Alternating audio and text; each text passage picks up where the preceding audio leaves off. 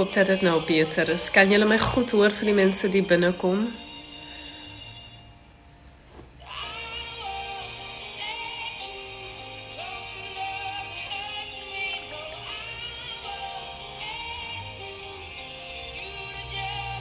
Yes, perfect. Oh. Soms is dit die beste om te doen. Het is natuurlijk niet nice om zo mensen te laten, nee. Maar het, soms uit ervaring ondertussen is het die beste om te doen. In plaats van dingen te gaan fixen. Seta of Sadei. Thank you so much. Oh, perfect. Oh. Baie dankie vir die persoon wat het gesê het in plaas dat ons lang wag en dan wel sê.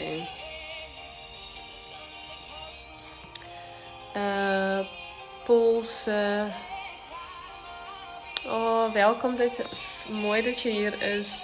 Shireen, hallo. Hoe gaat het met jou? Oh, perfect. Ik wacht nog op een paar mensen. Jenny, hallo. Neil. Ik is blij dat je hier is, Neil. Ik wacht nog op een paar mensen, want ik was eigenlijk al live. En toen hak het een beetje. Dus ik uitgegaan. Dus ik wacht nog op al die mensen wat op je live was. Roos. Vanuit een koelerige George groet ik je liefste Landie. Ik zie hier. Oh, baie dankie, Shireen. Shireen, het is zo warm hier. Het is zo warm. Gayla, goeienaand. Lekker dat je hier was. Gayla, ik heb het gezien. Hoe is jij aan het cruise vandaag? Lizzie, good evening. Dank je dat je hier is. Lekker om je te hebben. User 72. Bevorige met jou te praten. Ja, ik heb jou net hallo gezegd. Oh. Amanda, ik contact jou nog. Niet denk van, je hebt vergeet om mij te contacten, nee, etc. Want ik contact je nog, Amanda. Ik denk dat ik jou ga contacten. Ja, Gayla. Ik heb het gezien. Ik dacht, joh. Gayla is net cruising. Ze doen alsof het haar birthday is. Haar birthday maand is.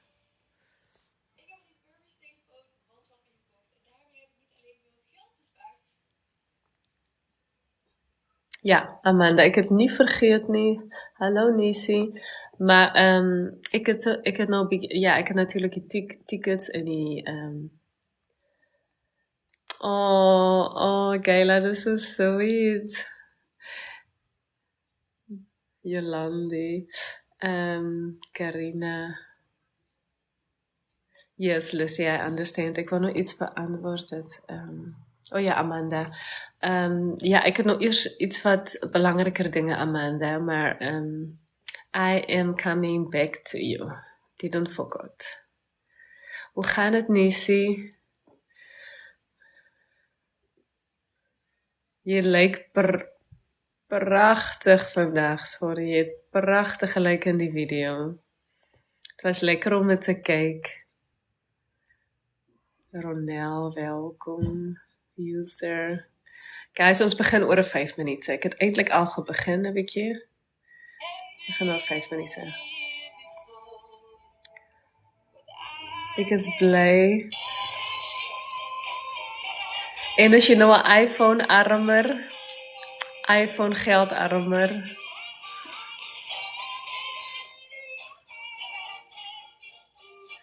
Met kinders word je ook nooit rijk, Nisi. Het gaat goed met mij. Je ziet, het gaat richtig goed met mij. Dat was de tijd dat ik een beetje moeg was. Ik begin een beetje minder daarvan. Ik begin er meer van ontslagen te worden. User 06, welkom. Veronica, Verona. Dr. Ash, welkom. 5 minuutjes aan begin ons. Daar is veel mensen die het loadshedding hebben. Ja, nee, ik is zo. Ja, als ze maar happy is. Soms is het die arm werd. Herkenbaar.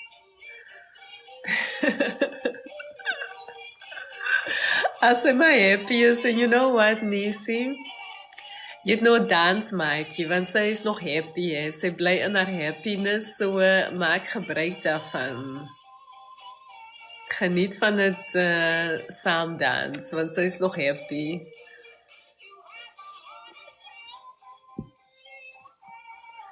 Ronel, wifi problems on. Nisha. Now guys, let's start. Goeienaand allemaal. Lisa, welkom. Auntie Shalene is er ook. Ik heb een paar mensen zien inkomen. Amanda, thank you so much. Ik heb een paar mensen zien inkomen wat nog niet hier was nie, waarvan ik weet wat moontlik naar die event gaan. Ik ga nou niet diezelfde doen nie, maar ik zal weer daarop terugkomen en een video maken, etc. Please share the live, everybody. Ik was een beetje short. Hey Lisa. Als jullie graag je live wilt deel, dan I'm happy. Ja, zeker niet. Nee, je kan ook je misbruik maken, you know. Je moet gewoon die opportunity gebruiken, want je weet, ze is happy. Maar je kan niet die situatie misbruiken, nie, want dan... So, het is goed dat sy dit gesê het aan jou. Wat wil ik nou gesê het? Ja. Angeline en Zoe, ons drie het die event. Ik denk die situatie van Zoe is al duidelijk, wat dat daar een ticket involved is. Angeline, die t-shirts, het betekent eindelijk dat als je een t-shirt koopt, dan koop je een ticket. Als je 2 t-shirts of 3 t-shirts koopt, dan koop je 3 tickets. En daar is natuurlijk mensen wat gewoon een t-shirt wil heen, net zoals wat je een t-shirt online koopt, wat niet naar die event gaan nie. Maar als je naar die event wil gaan en je koopt t-shirts van Angeline, is dat jouw ticket. Bij mij is het anders, omdat ik natuurlijk geen tijd gehad het voor iets nie. So, bij mij koop je alleen een ticket. Je krijgt wel ietsie klein van mij, maar in principe krijg je dan niet een t-shirt of iets nie. But you never know, you never know. Anyhow, bij mij koop je een t-shirt. Die t-shirt is ook, bij mij koop je een kaartje. Die kaartje is ook R200, net zoals die t-shirt. Als je bij Angeline een t-shirt koopt, dan hoef je niet bij mij een ticket te kopen. Je 3 maanden, eind september, eind oktober, eind november, om die t-shirt te betalen en die kaartje te betalen. Ik denk het geldt hetzelfde. En ik het CJ, Colette, sy is getag in my video's, sy is ook in die comments. Sy doen die finances. So, vir die mense na wie ek gedeel het, ek het julle gesien ook net inkom, dit is Colette se details. So, dit is in Suid-Afrika, en ek dink het beste is om Colette te follow. Eerstens, het beste is om Colette te follow, en dan kan jy ook makkeliker DM met haar. En haar telefoonnummer is ook beskikbaar. So, maar as eerste denk ek het beste is om Colette te follow, en dan gaan het allemaal vanzelf. Die event is 23 December in Kaapstad, nie buite Kaapstad of wherever nie, in Kaapstad. Ons is nog bezig met die event, maar zodra alles finaal is, hoor julle dit so vinnig as moontlik, maar dit sal in Angeline se WhatsApp groep kom, en dit sal via DM's kom. De venue bly private. Ons wil heel graag dat het so bly. Ons is allemaal volwassenes, ons allemaal weet wat veiligheid beteken, en ons allemaal weet wat die nadele van social media kan wees. So, die venue is private. Die datum 23ste is nie meer private, no big deal, maar die venue is ontsettend belangrik dat het private gehou word. Dit word zeer op prijs gestel. As daar enige vrae is, DM, etc. En ek dink dat julle miskien nog meer vrae het. Wat soort event is dit? Wat gaan ons alles doen? Is dit in die oggend? Is dit in die aand? Ek verstaan alles, maar vra asseblief die vrae nie, want ons is op die hoogte dat dit belangrike vrae is. Die antwoorde kom. Ons is met veel dinge besig, die antwoorde kom. So whatever vraag jy het, die antwoord kom. Ek dink die belangrikste is nou om te weet dat dit is die 23ste. En hoe dit met die t-shirt sit, hoe dit by Zoe sit, hoe dit by my kaartjie sit, dat Colette betrokke is, CJ, en dat die venue uiteindelik private bly. Dat jy 3 maande die tyd het om jou ticket te betaal, of tickets te betaal. Ek dink dat dit vir nou ook die belangrikste is. Omtrent hoe lank is Landie? Ek is 81, is wel lank. My man is 91, gelukkig, omdat ek so lank is. Ek is wel lank, Lana. Ek dink miskien is ek 'n klein stukkie korter dan 81, omdat ek ouer word, so dan het jy 'n bietjie, en my liggaam is ook 'n bietjie anders geword, so, maar my egte hoogte van toe ek in die piek was van my groei, was 81. Shireen, dan ga jy jou verjaarsdag vier by die event. Oh my word. Guys, this is so nice. Ja, ek is lank, Dr. Ish.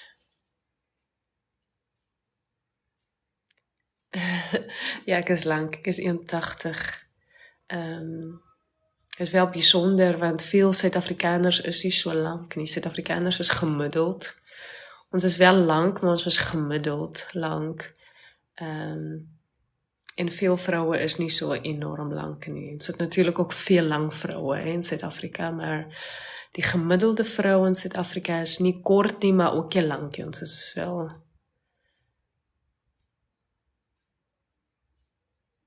Ja, Lana, as jy nie van Kaapstad is jy dan met jy plan, maar DM my, want ek weet nie van waar kom jy vandaan, Lana, as ek mag vra. As jy buiten Kaapstad bly, dan is het natuurlijk te doen, hè? Dan kan ons altijd plan. Maar as jy echt ver van Kaapstad is, dan wil ek heel graag dat jy met DM, zodat ek het eerst met jou kan bespreken, want ek wil heel graag dat as jy dit wel gaan doen, dat het die moeite werd is. So, let me know waar jy vandaan is, en ja, Port Elizabeth. Port Elizabeth is nie te ver van die Kaap af nie. So, maar jy moet natuurlijk 'n sacrifice maak. Maar DM my, en dan hou ons contact, en dan kan ons daaroor praat. Ek wil nie so blindelings ja aan jou sê nie, dat jy moet kom, en ek wil dat het vir almal gemaklik is, etc. My wedding anniversary, oh guys, julle laat nog dat ek nog extra dinge op my lys sit. Birthdays en anniversaries, en dit word baie spesiaal. Okay. Nou send me 'n DM, Lana, want dan kan ek informasie met jou deel, want miskien het jy al my video's nie gesien nie. Dan deel ek jy informasie met jou, en dan kan jy daarna even goed kyk, en dan confirm jy met my, dan kan jy met Colette in kontak kom, want dit is eintlik al aan die rol. It will be central, it will be central. It won't be outside Cape Town, Stellenbosch, Franschhoek, anywhere outside it wouldn't be. So it's going to be central Cape Town. That's all I can say for now. So, yes, please try to wait patiently till we come back with the event, with the venue. Please try to do that. For everybody that came in, welcome. Goeienaand, welkom. Dankie dat julle hier is. Ek waardeer het. Het is Saterdag aand. Môre aand is die rugby, so dan kan jy lekker tyd met familie spandeer of gewoon lekker ontspan, en dan geniet jy die aand weer op 'n ander manier. So, baie dankie dat julle hier is. Ek probeer die live nie te lank te doen nie, want dit is alweer 'n bietjie later dan het was. En daar's veel mense die loadshedding het. So ek hou het in heel kort live. Ek het net voordat ek begin het, welkom almal. Voordat ek begin het ek begin met die rede waarom ek continue met die solo lives, is dat ek het elke solo live eintlik positief en iets negatiefs vertel. En negatief is alleen maar 'n woord, want ek vertel eintlik in principe niks negatief nie. Daar's niks negatief wat ek in my verhaal vertel nie. Ek gaan terug in my verhaal en ek gaan deel eintlik met julle dinge wat ek self al gedoen het. So om terug te gaan is 'n deur wat ek toegemaak het. En die deur wat ek oopmaak is nie 'n stowwerige deur nie. Dit is nie 'n stowwerige slot nie. Dit is nie moeilik om die deur oop te maak nie, want die deur was nie dig toe nie. Dit was nie moeilik om die deur oop te maak nie, want die deur was nie vir jare toe nie. Dit was nie moeilik om te gaan soek waarop ek op soek is nie, want ek het tyd gemaak om te gaan kyk wat alles in die vertrek is, en ek het gaan skoonmaak wat nodig is om skoon te maak. En wat ek eintlik in het doen is om nuwe vertrekke te gaan bou.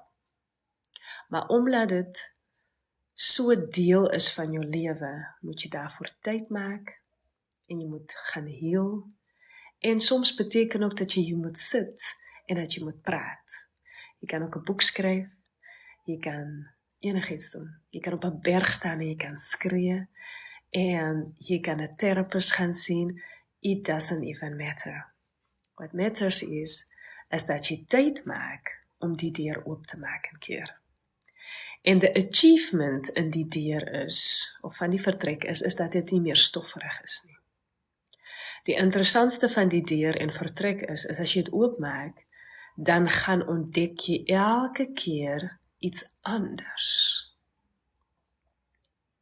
Maar die beste manier om jouself te gaan genees, is om so diep te gaan in jou emosie, en in dit oomblik, sodat jy self kan gaan voel. Want as ons alleen voel as volwassenes, dan doen ons dit presies soos wat ons dit moet doen, soos wat die boeke dit sê, soos wat society sê ons moet doen, en soos dit werk, sodat almal van ons kan hou, dat almal ons goed genoeg vind. Maar dit is nie wat jy moet doen nie. Wat jy moet doen, is om so diep te gaan soos wat jy kan. En in 'n diepte wat jy gaan ontdek jy waar jou siel sit, hoe dit met jou siel gaan, en jy kom in touch met jou siel. En jy ontdek eintlik dat jy jou siel nodig het om te leef. En ons bly praat oor ons siel, maar ons praat eintlik alleen in ons siel in die Bybel. In principe is dit 'n woord wat ons eintlik nie maklik gebruik nie. Maar ons het ons hart nodig vir ander dinge. Ons het ons hart nodig vir ons geliefdes. Maar het jou siel nodig vir jouself. Maar as soveel dinge met jou gebeur het, en as jy dit nie geleer het nie, hoe kom jy by jou siel? Hoe ontdek jy waar jou siel sit? Hoe ontdek jy waar jou siel nog gekneusd is? Hoe ontdek jy waar jou siel nog 'n bietjie self nodig kry, en waar dit moet genees? Is wanneer jy uiteindelik bewus die journey gaan stap. En as jy die journey gaan stap, dan is daar niemand die kan sê dat dit tyd is om dit op die manier te doen. Want alleen jou manier is die goeie manier. En jou manier is die goeie manier wanneer jy in touch is met jouself. Want jouself is gonna guide you. En soms het jy iemand nodig, soms heb jy 'n hand nodig, soms het jy 'n steen in die rug nodig, soms het jy 'n klop op die skouer nodig. Dat jy got this, om weer verder te gaan. Maar jy gaan nie dinge doen, omdat iemand anders het verwag, omdat society dit verwag, en omdat dit eintlik iets is wat maklik is nie. Jy gaan die weg loop, want alleen jy weet ontsettend goed dat jy dit nodig het en hoe nodig jy dit het. So as niemand wat vir jou kan vertel dat het werk so en het werk so nie. So daarom sit ek vanaand hier om dit met julle te deel. En dit wat ek vertel, wat ek deel, is presies wat ek 'n paar jaar gelede gedoen het. Ek het dit presies so gedoen. Ek het alleen met myself gedoen. En in het proses het ek ontdek dat het werk. Ek het ontdek dat het werk. En het my op 'n fokus gebring van, ek moet 'n boek skryf. Van het werk. En het punt is, dat daar sit heel veel menslikheid aan vas. Het beteken, dat het is nie altyd maklik nie. Het beteken, ek val ook soms, ek fouteer ook soms, ek laat myself nog steeds in die steek. Maar ek weet dat ek myself in die steek laat. Ek doen myself nog steeds pyn, ek dink dat ander mense my pyn doen. Maar dit is nie waar nie, ek doen dit aan myself, want ek laat dit toe. Maar ek weet dit nou. En dan gaan ek terug na myself, en dan gaan communiseer ek met myself. Vir jare lang in my lewe het ek geglo, dat daar bestaan iets soos 'n soulmate. En voordat ek my live begin, wil ek dit stukkie aan julle vertel, wat 'n heel belangrike stuk is. Ek het as jong meisie geglo, dat bestaan iets soos 'n soulmate, toe heel veel kinders nog eens besig was met 'n soulmate, wat het is, etc. nie. Ek was. Daar bestaan 'n soulmate, en dit is iemand wat heel veel vir jou beteken. En eintlik, secretly, sou dit iemand is op wie ek verlief is. Met die loop van die tyd ontdek ek eintlik, dat het maak eintlik nie saak of het 'n man of 'n vrou, of whatever is nie. Maar ek sal weet, wanneer die persoon my soulmate is. Dit gaan so diep dat, elke keer as ek iemand ontmoet, dan gaan soek ek na die konneksie wat ek opgemaak het in my brein. En elke persoon wat ek ontmoet, het ek die konneksie nie. En die mense met wie ek die konneksie 'n klein stukkie mee gehad het, is ook mense die nog steeds in my lewe is, die nog steeds belangrik is, die ek baie lief vir is, so hulle het 'n stukkie daarvan. Toe ek my man ontmoet, na 2 jaar, sê ek aan hom, voordat ons ernstig word, vertel ek dat ek 'n soulmate het, en ek 'n soulmate moet ontmoet, en dat ek geïnteresseerd is of hy my soulmate is. Maar dit was my idee om uit te figure of hy ernstig met my is. Eintlik was ek op soek na iets anders, maar ek vra iets anders. En 2 jaar gaan verby, en ek sê vir Robin op 'n dag, dat jy is nie my soulmate nie. En in die 2 jaar, het ek 'n paar keer, in moeilike oomblikke, aan hom gesê, ek kan nie wag om my soulmate te ontmoet nie. Want dit soulmate is, en ek het dit so duidelik geweet, en aan hom verduidelik, dat dit so nie iemand is wat 'n probleem, of kompetisie, of gevaar is in my verhouding, in my huwelik, in my lewe nie. Want ek het dit vir hom verduidelik, hoe groot belangrikheid deze persoon in my lewe moet speel. Ek het gedroom daarvan, ek het geleef daarna. 2 jaar later het ek aan hom gesê, 'n paar keer het hy aan my gesê, ek hoop dat jy die persoon ontmoet. En by die tyd het ons altyd geweet dat dit 'n persoon is wat ek geen romantiese gevoelens meer sal hê nie. En daar was wel 'n tyd dat ek het gedink het. Soos tyd aangaan, besef ek dat ek die persoon nog steeds nodig het, nog steeds moet ontmoet. En dat het onmoontlik is om 'n romantiese verhouding met die persoon te hê, omdat ek in dit situasie sit. 2 jaar later sê ek aan Robin, dat jy is nie my soulmate nie. Hy verstaan onmiddellik wat ek bedoel. Vir my was dit heel moeilik om aan hom te verduidelik. En dit was skrikwekkend hoe vinnig hy verstaan wat ek bedoel. Want hy weet eerstens dat 'n soulmate is iemand die 'n diepte gaan vul in my, die hy nie kan vul nie. 'n soulmate is die persoon die 'n vriend gaan wees vir my, die hy nie is nie. En vir hom was dit 'n opligting dat hy nie die soulmate is nie. Want soos ek praat oor die persoon, sit ek die persoon op 'n pedestal. So uiteindelik, ek was nou afgelei, sorry, sit ek die persoon op 'n pedestal. Soos die tyd omgaan, ontmoet ek iemand, en die persoon voel as my soulmate. Uiteindelik het ons 'n heel mooi vriendskap.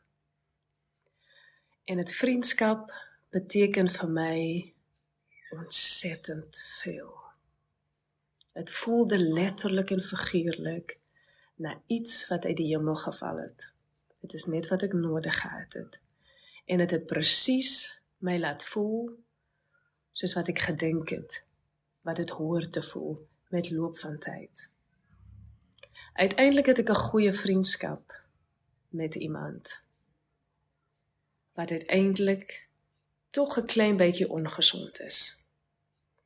Want daar bestaan nie iets waarvan jy 'n vriendskap iemand op 'n pedestal sit nie. Dit bestaan nie.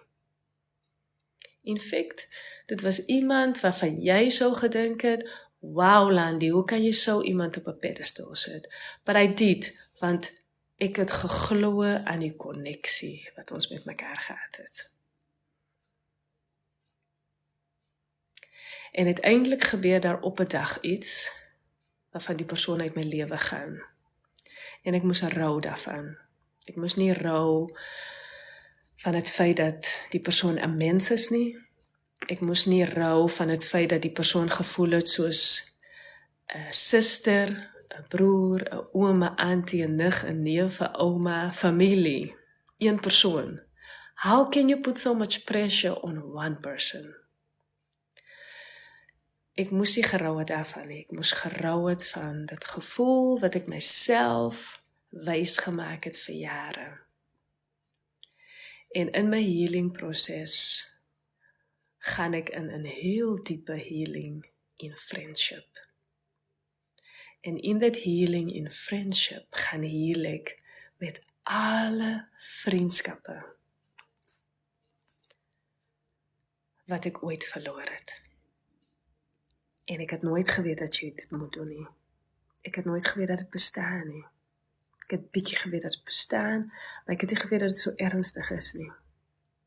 So die persoon het in my lewe gekom om my te kom leer, om te gaan heal van al my vriendskappe wat die uitgewerk het nie. En om dankbaar te wees vir die vriendskappe wat ek wel het. Wat ontdek ek in die deep healing journey? En dan kan jy ook dink, was jy dan so lief vir die persoon? Was die konneksie so diep en groot? En die antwoord is nee. Want dat 'n fase gekom wat dit nie eens meer oor die persoon gegaan het nie. Totaal nie. Dit is wat ons onsself wys maak. Dit is wat ons onsself vertel. Omdat dit maklik is, veilig is en omdat dit gewoon harde werk is om dieper te gaan. Ek ontdek in 'n journey, in 'n heel moeilike journey, want die journey neem my ook weer terug na waar ek vandaan kom en my verhouding met my ma. En hoe groot rol my ma speel om my te leer wat vriendskap beteken. Jou ma of jou ouders leer jou wat vriendskappe beteken. Nie jy nie. Dis nie iets wat jy self gaan ontdek. Jy gaan leer groeiende vriendskappe. Maar vriendskappe sien jy by jou ouers, dit leer jy by jou ouers, dit leer jy by jou ma. En daar kom ek weer elke keer terug. Na my eie situasie met my eie ma. Sy het my dit ook nie geleer nie. En in my healing daarvan, ontdek ek een van die mooiste dinge, wat tot op deze dag, tot op die dag geldig is. En dit is, met groot pyn in my hart, maar die grootste geskenk, wat ek kon gekry het. En dit het ek self gedoen. That I am my own soulmate.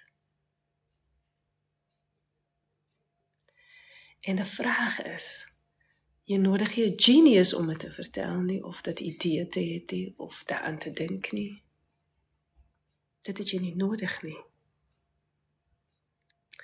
But God, dit was nie maklik om myself te gaan reset nie. Dit was nie maklik om te gaan aanvaar, dat daar niemand op aarde is, die my hand sal vashou, soos ek self. Daar is niemand anders die my wonde sal lek, soos ek self. Daar is niemand anders, wat in die spieël kyk, en 'n sekonde sien, dat ek nie oké is nie, behalwe ek self. Daar is niemand anders, wat weet, I got you, sonder dat jy gesê het, jy het iemand nodig nie, behalwe jouself. Deesdae is soulmates 'n big deal. Ek het daarmee opgegroei. Ek het gevoel, as ek maar 'n soulmate van God kry, dan vergewe ek God vir al my situasies. En ek moes heel veel deur gegaan het, om te ontdek dat ek my eie soulmate is. Weet jy hoe lekker het is, dat ek niemand nodig het, om hier na binne te gaan.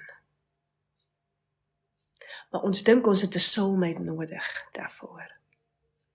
Society vertel ons dat ons 'n soulmate nodig en 'n toonvlam nodig om ons te gaan help. En tog 'n klein bietjie glo ek aan 'n toonvlam.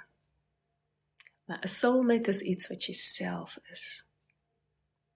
En ek verwag en ek hoop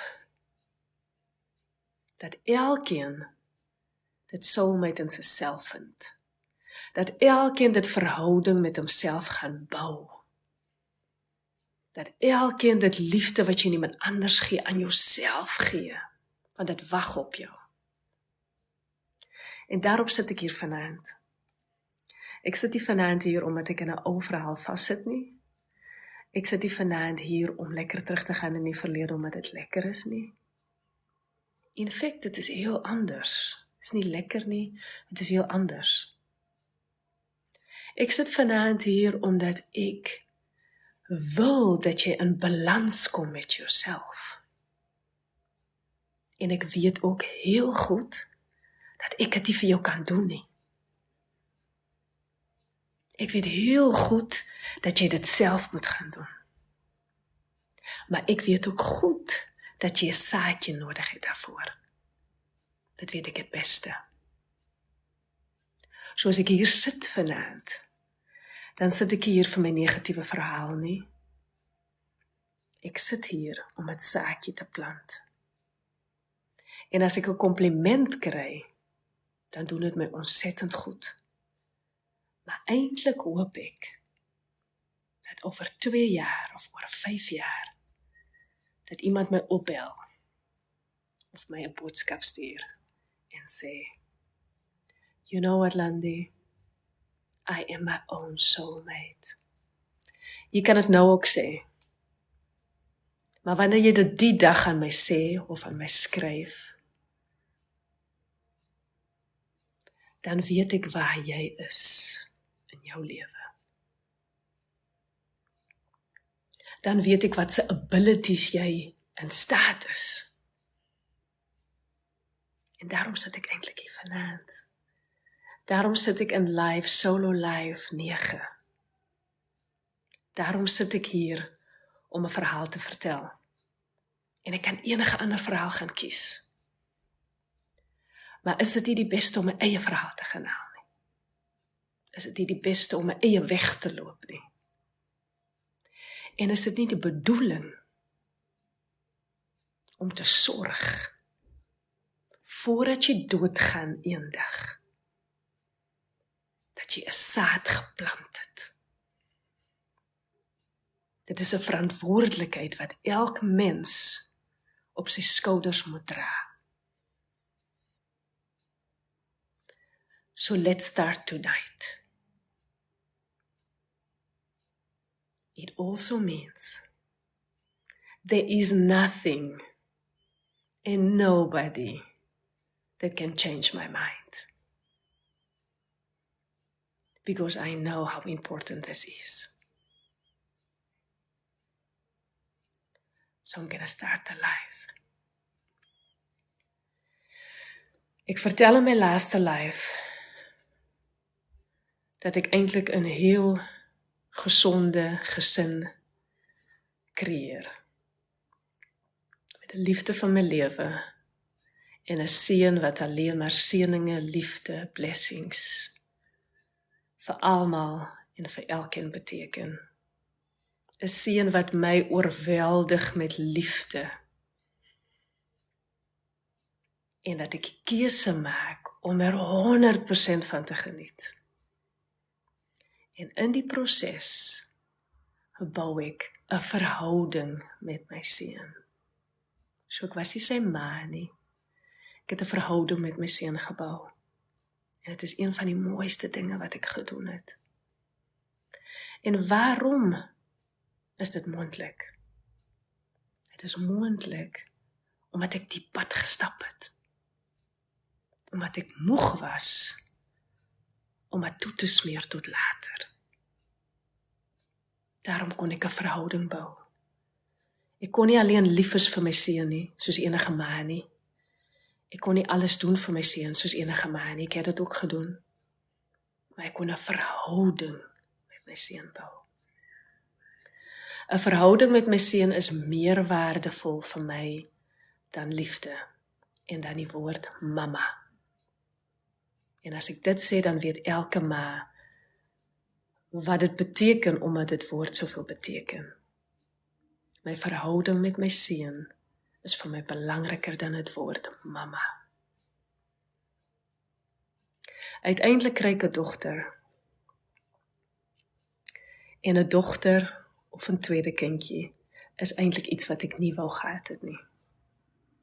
Ek het gedink dat ek die perfekte ma was vir 'n pragtige seun die heel veel liefde vir veel mense beteken. En dat ek heel veel aandag nog kon skenk aan dinge van myself. Want ek het heel goed geweet dat daar nog heel veel deure is wat stofferig was. Dat daar heel veel slotte was waarvan ek die sleutel nie eens meer kon vind nie. So ek het gedink, omdat ek al onderweg was, dat ek kry geen tweede kind, maar dan gaan ek die wegloop. Ek word spontaan swanger van 'n tweede kindjie. En ek kry 'n miskram. Dit was vir my heel moeilik. En dit was vir my skrikwekkend en skokkend. Hoe hartseer ek was. En toe ek die ondersoek instel, waarom ek eintlik so hartseer was my eindverhaal dat ek eintlik so hartseer was, omdat ek so graag nog 'n seentjie wou hê. En ek skrik daarvan, want ek is die persoon dat dit kom van God en dit is welkom. En of dit 'n seentjie is en of dit 'n meisie is, dit maak totaal nie saak nie.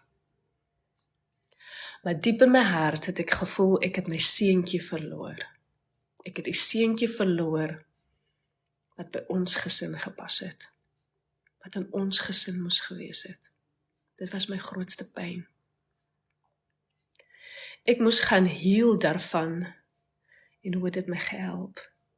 Dit het my die meeste gehelp deur te besef dat ek nie goed is nie. Dat ek kan voel wat ek wil en ek kan dink wat ek wil.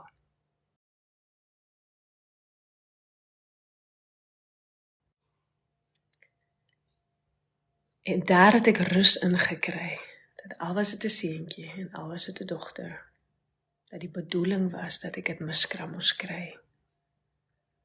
Wat het dit miskram my gebring? Dit miskram het 'n saadjie geplant.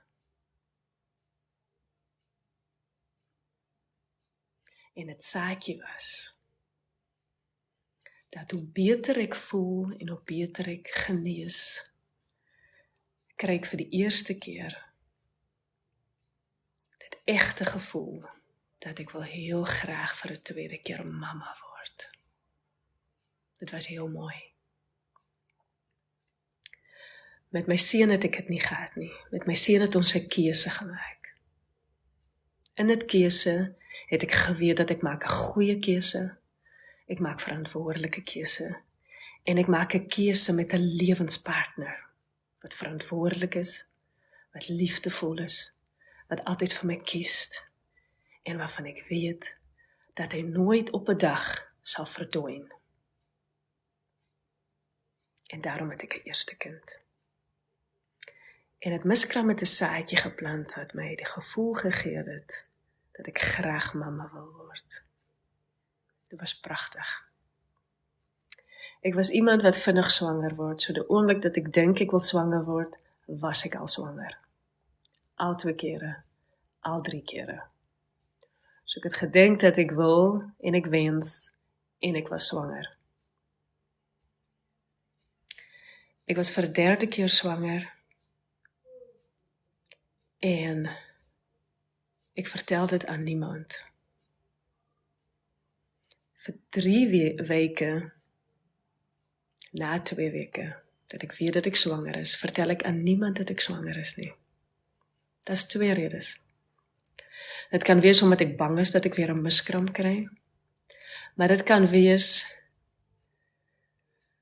dat ek 'n imagination opbou met myself. En die tweede is baie gevaarlik. En die eerste is logies. Uiteindelik gaan ons op vakansie na Italië. En al wat ek wou doen was om alleen te wees. Terwyl ek de perfekte swanger vrou was met my eerste kind. Ek wil heel graag alleen wees. Ek wil heel graag alleen swanger is. It doesn't make sense, want ek is nie alleen swanger nie. Ek het 'n man, 'n pa, en 'n seun, en 'n broer, en 'n gesin. Want ek glo nie, dat jy pas mamma word, die dag wanneer jy kram nie. Die oomblik dat jy weet dat jy swanger is jy mamma. Jy groei, jy beskerm, jy speel al die rolle wat jy moet speel. Maar eintlik al wat ek wou doen was om alleen te geniet van wat ek het. Uiteindelik na enorm siek is van mislikheid, vertel ek tog aan Robin op vakansie dat ek swanger was. Was heel anders dan met de miskram, hoe ek het gedoen het. Was heel anders dan met ons seun. En eintlik wou ek 'n goeie gesprek gehad het. En terwyl ek in bed lê, het ek vir weke geworstel met waarom loop dit alles tog so stroef en anders. Maar onder omstandighede loop dinge wel oké. Dit is wat onderliggend speel en omdat ek in touch is met myself.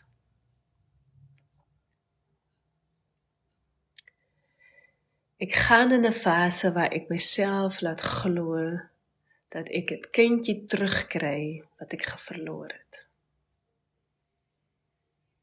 En op 'n aand droom ek dat ek 'n dogtertjie langs my bed het. En terwyl ek droom oor 'n dogtertjie, besef ek dat ek nie dit kind terugkry nie.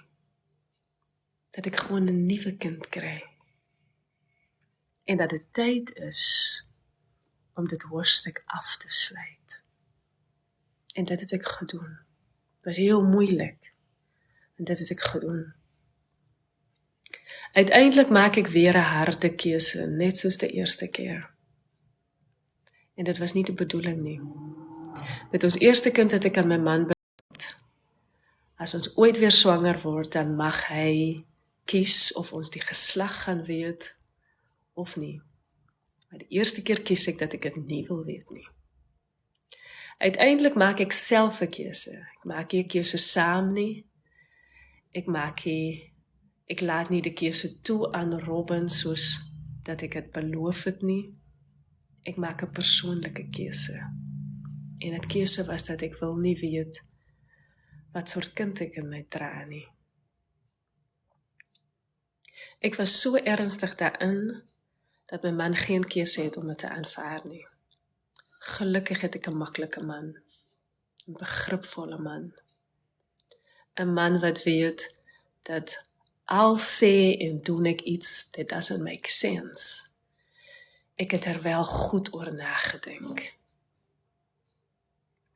En uiteindelik loop die tyd aan, en was ek uiteindelik heel dankbaar dat ek die droom gehad het.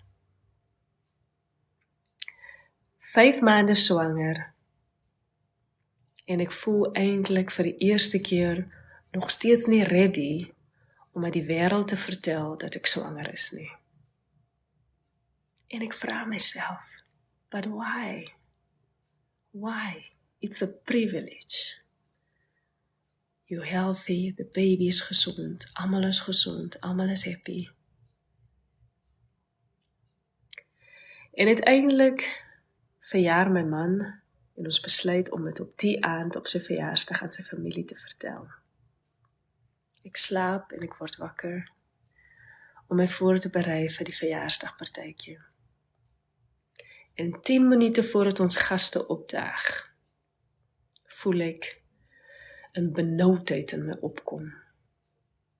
En 'n benoudheid beteken dat ek moet na buite en ek het asem nodig. En het is unlike Landie. En het is so sterk dat ondanks dat omstandighede dit nie toelaat nie, volg ek wel my hart en my gevoel. Hoe fout dit ook is. Waarom doen ek het so selfishly?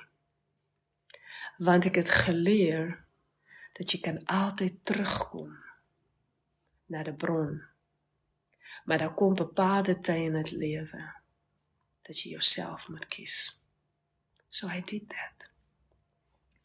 Ek stap na buite in die donker en ek loop in die donkerte. Tussen die bosse. Enigiets kon met my gebeur. En al wat ek voel is om asem te haal. Ek bel Robin op en ek vra of almal al weg was. En uiteindelik kom ek terug na huis. There is just nothing that makes sense. Not to me and not to Robin. En wat doen jy as niks sin maak nie? Jy beklei daaroor of jy laat dit met rust. Jy kan ook sê dat jy praat daaroor. Maar ek dink die beste is om nie daaroor te praat nie. Die beste is om dit met rust te laat. En te weet dat jy moet daaroor praat. Nou, tyd gaan aan en ons probeer daaroor te praat. En iemand op my werk konfronteer my een dag en vra my, waarom die mees liefdevolste, sagste verpleegster die ek ken op 'n revalidation afdeling toe die tyd, praat nooit oor haar swangerskap en die baby in haar maag nie. Why? En het hiet my dat ek het nooit doen nie. Ek was byna op die einde van my swangerskap en ek praat nooit oor my swangerskap nie. Ek vertel nooit iets. Ek sê nooit iets. Ek vertel nooit iets interessants. En nie omdat ek nie dit geniet nie, omdat ek dit nie waardeer nie. Ek doen dit gewoon nie. En het kom omdat ek eintlik in myself in imagination al opgebouw het. Wat dit beteken, weet ek nie, want daar was ek nie eens bewus van nie. Uiteindelik is het tyd om te stop met werk. En ek werk tot op het laaste stukkie, asof ek nie swanger is nie. Nobody understood because of some reason I needed the rest. But I kept on going and going and going. En in dit proses, dink ek dat ek Robin ook 'n klein bietjie verloor. Want Robin vra nie meer aan my, is dit nie tyd om te stop nie. Hy sê dat hy dit veel gesê het. Ek het dit nooit gehoor nie, omdat ek in my wêreld sit. En ek kan ook sê, ja, dit is hormone. No, it's not. Uiteindelik was dit tyd om my voor te berei vir 'n baby. En ek probeer, net soos dag 1, al my liefde en al my aandag en al my tyd aan Rowan te bestee. Nie omdat ek sy mamma is en omdat hy my oudste kind is en omdat hy my seun is nie, maar omdat hy een van die grootste liefdes in my lewe is. En dit stort ek in hom. En in het oomblikke begin ek eintlik al 'n bietjie hartseer te word. Dat ons nooit ooit weer alleen sal wees nie. En terwyl ek swanger is en myself moet voorberei vir my nuwe baba, gaan ek bewus in 'n rouproses met my seun, wat heel pynlik was. Ek gaan 'n proses met myself, waar ek elke oggend wakker word, en langer na my seun kyk, om langer vashou, langer in sy oë kyk,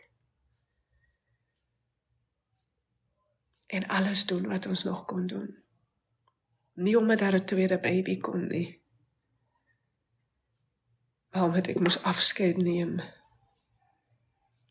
van wat daar was. En uiteindelik, na 'n supergeplande swanger vrou, die natuurlik alles weet oor the medical world, dink ek dat ek 'n heel goeie swanger vrou is. Plan ek alles heel goed en kry ek die baby, waarvan ek nie weet wat dit is nie. Ek wil geen baby shower, en dit interesseer my eintlik nie of iemand dink of ek 'n seun of 'n dogter kry nie. Want ek weet toen al, dat dit iets is wat ek nodig het. In het proses weet ek alleen, dat ek nie die seentjie terugkry, wat ek in gedagte gehad het nie. Maar dit beteken nie dat daar nie 'n nuwe seentjie sou kom nie. Uiteindelik kry ek binne 40 minute 'n baby, wat 'n rekord is. Met my seentjie het ek binne 1 uur gekram. Met my seentjie was ek getraumatiseerd. Het was heel erg, en met my dogter was dit okay. Ek dra myself met oerkrag van begin tot einde, en het was amazing. En terwyl ek moes kram, terwyl ek op het bed lê, is dit die eerste keer dat ek in diep konneksie gaan van wat kan het wees. Wat ontdek ek in 'n sekonde? Want ek het nie veel tyd meer nie. Ek ontdek dat ek eintlik dit gevoel weggestoot het die hele tyd. Ek het al die tyd gehad om daaraan te dink, en ek het dit weggestoot. Because why now? Nou is dit alleen tyd om bly te wees en om opgelig te wees. As ons gesond is. Uiteindelik kry ek 'n baby vlot.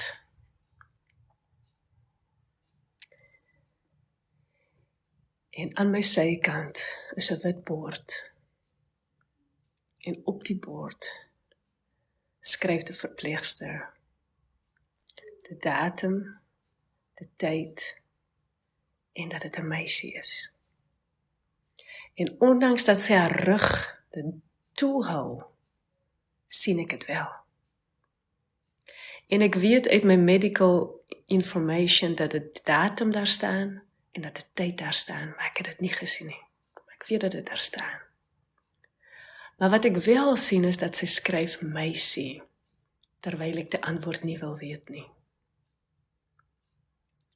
So die tyd toe hulle na my draai en die baby aan my gee en aan my vra wat dit is, wat dink ek dat dit is, weet ek eintlik al dat ek 'n dogtertjie het. En in dit oomblik sê ek dat ek nie weet wat dit is nie. En Robin en 'n ginekoloog kyk met heel veel trots na my en sê aan my, jy het 'n dogtertjie. In dit oomblik dat ek bly moet wees, worstel ek met dit vraag in myself. Onthou dat ek sê, ek is my eie beste vriendin. Vra ek aan myself, why? Wat is die rede waarom jy nie sê dat jy weet dat jy 'n dogtertjie kry nie? Maar okay, there can be so many reasons. Jy het net 'n baby gekry. Die verwagtinge moet nie te veel is nie. 'n uur later gaan ons huis toe. En het ek eintlik my dogtertjie. En toe die dogtertjie gebore was, weet ek dat Robin en ek na mekaar kyk. En die enigste wat ons aan mekaar sê, is dat sy lyk presies soos Rowan. En in het oomblik dat hy dit vir my sê, kry ek pyn in my hart. Want toe hy op die stoel sit met haar, met sy t-shirt, weg, en met dit kaal lyfie op sy bors, is die enigste wat ek dink, you know God, as jy toch gekies het om my 'n dogter te gee, waarom het jy my nie 'n dogter gegee wat soos ek lyk nie? So I felt sadness. En dit was nie eerlik nie. Dit was nie eerlik teenoor my gesin nie. Dit was nie eerlik teenoor haar nie. Dit was nie eerlik teenoor Robin nie Rowan nie, en voornamelijk nie teenoor myself en die werke van God nie. Sorry. So I felt sad. En in het hartseer gevoel deel ek eintlik nooit met iemand. Ek dink dat het fout was, ondanks dat ek beter weet. En in het weke wat verbygaan, gaan alles goed. Maar die enigste wat ek wou, was om alleen te wees met my seun. Ek wil enigiets op aarde. Ek wil alles behalwe met die baby wees. In dit huis. Maar ek was sterk genoeg. En waarom was ek sterk genoeg? Omdat ek het myself geleer het toen ek klein was. Nie toe ek mama word in die hospitaal nie. Ek het het van kleins af geleer. As dit nie goed gaan nie, dan ga jy jou skills gaan uithaal wat jy geleer het, wat ongezond is. I used them, and I was skilled in them.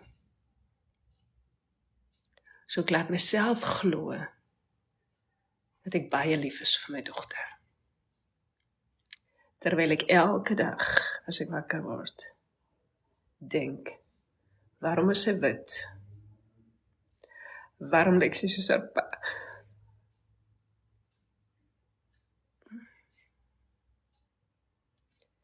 En wat het ek fout gedoen? om so te voel.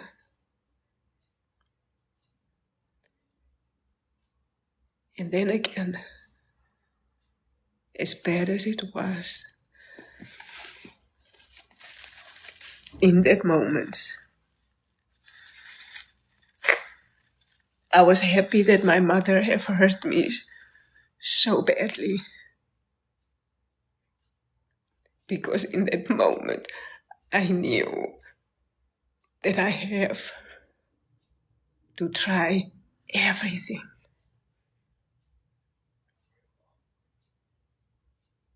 And how easy it is to reject your child. But I was fighting. I was fighting.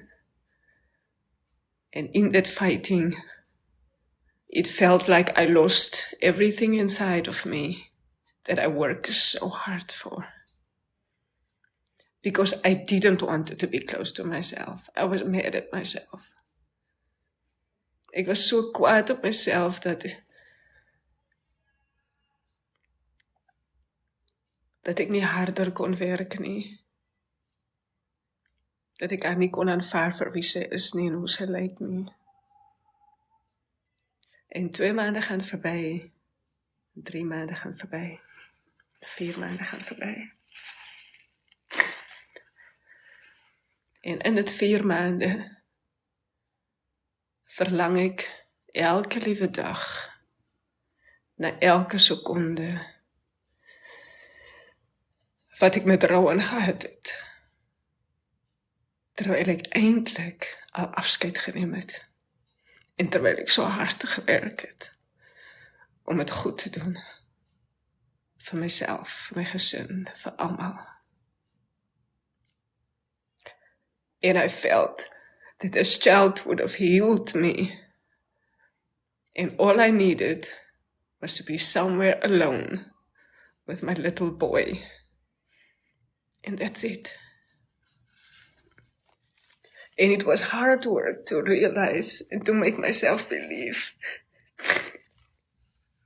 that I don't just have a little boy. I have a husband and I have a family. So I lost myself in the process. And when I say I lost myself, I mean that I wasn't in touch with myself anymore. And when you're not in touch with yourself, it's easy not to be in touch with other people, even if you think you are. So eindelijk ga ik terug werk toe. En toen ik op mijn werk was de ergste oomblikke as 'n kollega aan my vrae, hoe gaan dit met jou dogter? Het was confronterend, het was erg, en het was de zwaarste en pijnlijkste toe 'n goeie kollega aan my vrae, waarom noem je nooit haar naam nie? Waarom gebruik jy alleen Rowan se naam en nie haar naam nie? Waarom noem jy haar altyd die baby? En waarom vertel jy nooit iets oor haar nie? And I had an excuse. I had an answer. But I felt it. And she said to me, whenever you speak about Rowan, you light up. And it hurt me. Painfully. It hurt me so bad that I've quit my job after 2 months. Because it was too painful to be somewhere where I felt threatened to speak about my child. Because society have taught us that it's normal to do that. Because society knows that even if something is not okay, you should just act as if everything is fine.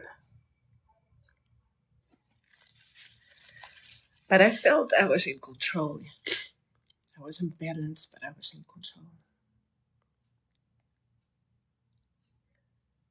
En terwyl ek borsvoeding gee, 'n goeie borsvoeding, 'n goeie proses, was elke oomblik as ek borsvoeding gee, was dit vir my een van die swaarste oomblikke wat ek kon herleef het. Omdat het gevoel het asof ek borsvoeding gee aan iemand anders se kind. En dat ek een kind het. En dat ek nie voorbereid was om borsvoeding aan iemand anders se kind te gee nie. En uiteindelik fiets ek op 'n dag van my werk. En ek besluit spontaan dat môre stop ek met borsvoeding. En dat doen ek ook. En die volgende dag stop ek onmiddellik met borsvoeding.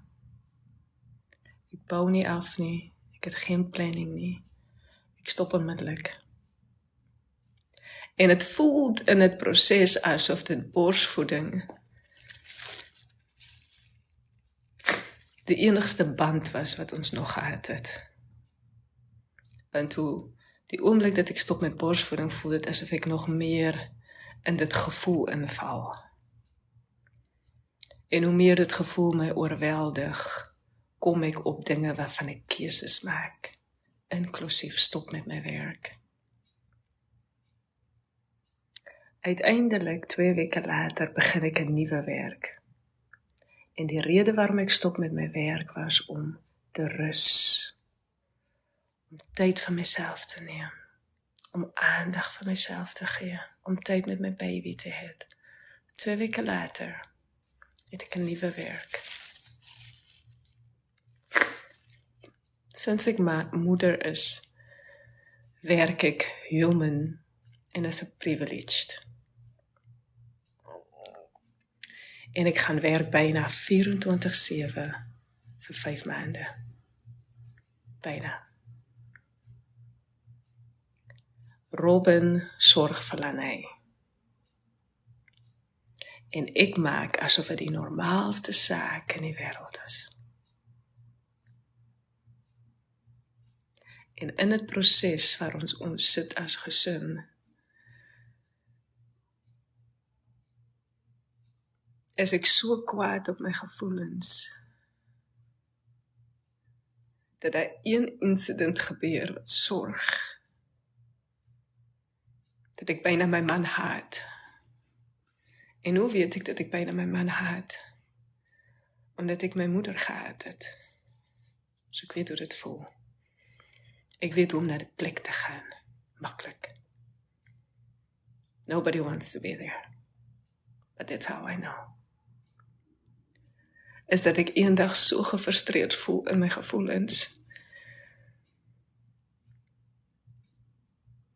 En dat ek so kwaad is, omdat daar soveel in my brein gebeur, dat ek 'n slipper neem, en dat ek my eie kind slaan. And that was something that took me a long time to forgive and to heal from. Ek neem 'n slipper uit frustrasie en ek slaan die grootste liefde van my lewe. That's how lost I was. And because it's unlike me, en dit kind ken dat soort dinge nie. En Robin, dink ek dat Robin nie weet wat om te doen nie. Maar wat ek wou dat hy gedoen het, was om my te stop. Om my vas te hou, om my vas te bind, en om hulp te vra. But how do you know? As iemand van kleins af geleer het, om alles te probeer om te survive. Because if I didn't learn these unhealthy skills earlier, my husband would have seen that I need help. And I kept on fighting. although I knew what I felt and how I felt. And there was many incidents dat ek by die kinders gaan stap, sodat ek kan rus, en dat ek alle deure toesluit, in die middel van winter. En dat ek alle deure toesluit, en op ons 3de verdieping iewers in 'n hoek sit, en huil. En dat hy my bel en my vrae, en ek weet dat hy my eendag sê,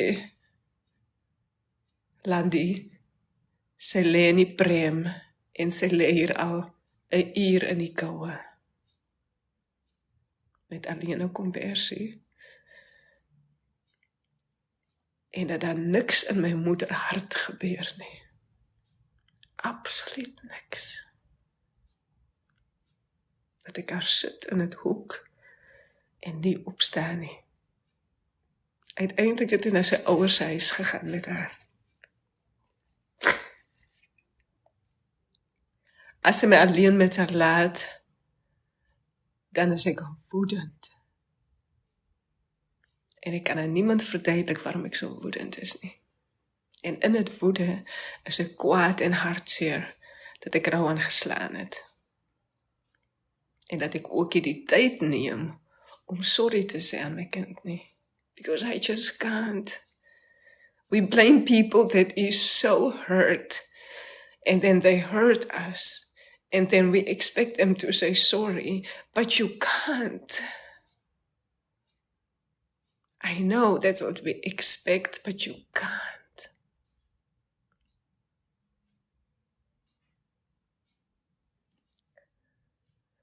So it was a Friday.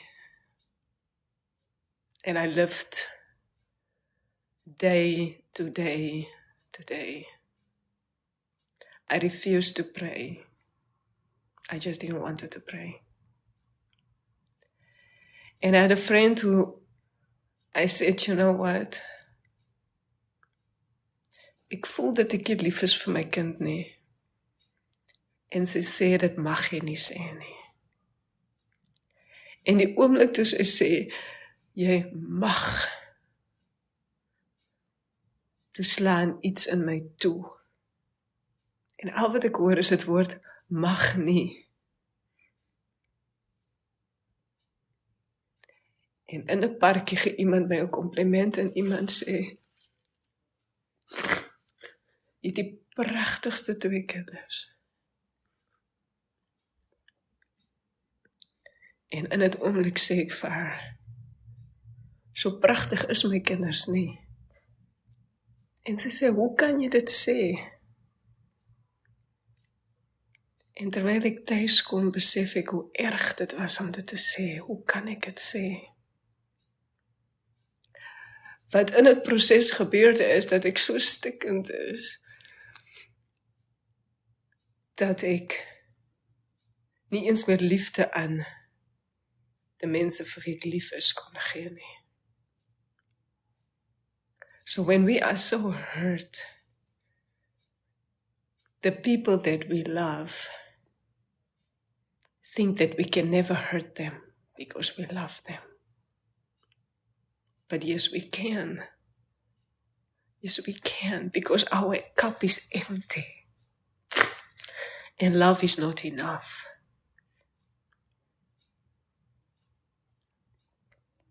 So it was a Friday. And I went downstairs while everybody was sleeping. En ek het al heel veel gedagtes gehad van wat ek alles met my dogter kan doen.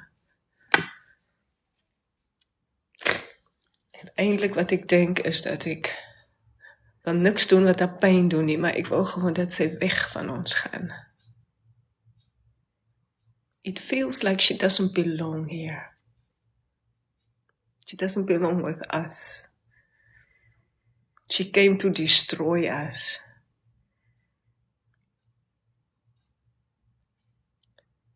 And it took me a long time to realize that is what I feel, to accept that is what I feel. So I tried not to come in communication and contact with other people because I didn't want anybody to see anything. The little that I tried was already exhausting. Until I went downstairs one evening. I couldn't sleep. I never slept.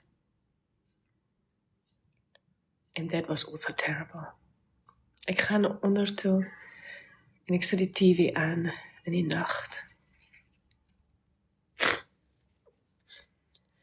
En op het TV is het verhaal oor wat je moet doen als je denkt dat je iets aan je kind wil doen. En ondanks dat ik al die antwoorden weet, het die nacht my gehelp. Want in het oomblik het ek geweet dat as ek nie hulp kry nie, dat ek wel my kind pyn sal doen. En in het oomblik weet ek ook dat niemand sal verstaan nie. So I went to the doctor the next day. Before I did that, I tried a few times to tell Robin that I think I don't love our child. En al wat hy vir my sê is, maar sy is lief vir jou. En dat ek 'n paar keer magteloos sê, maar ek is nie lief vir haar nie. En dat ek die pyn in sy oë sien op 'n manier, en dat hy elke keer sê, maar kyk hoe lief is sy vir jou. As jy na onder toe kom, dan glimlag sy. En dan gaan sy na jou. En in het oomblik voel dit asof alles in 'n swart gat val. Omdat die persoon aan wie ek vashou my nie kan help nie. So ek gaan uiteindelik na die dokter. En het was COVID. Het was in die middel van 'n terrible COVID. Daar was waglyste oral. Of jy private betaal, of jy betaal, of jy nie betaal nie. Daar was oral waglyste. Ek gaan op 'n waglys waarvan ek 'n jaar wag om behandel te word vir postnatale depressie. As jy na my kyk, as 'n moeder, dan dink jy, hoe kan dit met so iemand gebeur?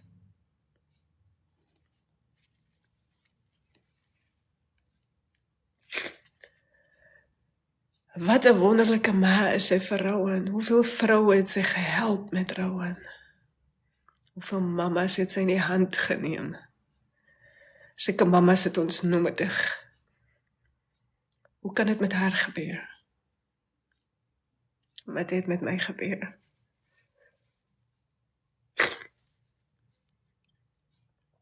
In het jaar terwyl ek behandeling moes kry, sorg Robin vir Landie.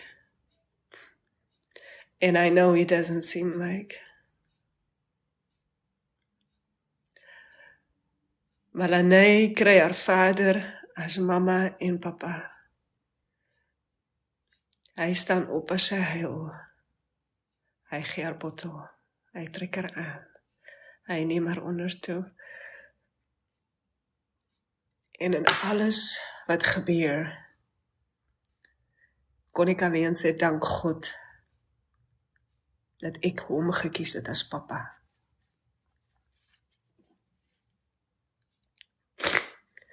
En ek hoopte in het proses dat hy Landie help, dat ek Rowan kan help. But I couldn't help anybody except myself. So how did I help myself?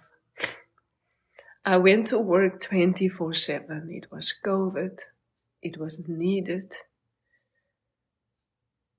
everywhere.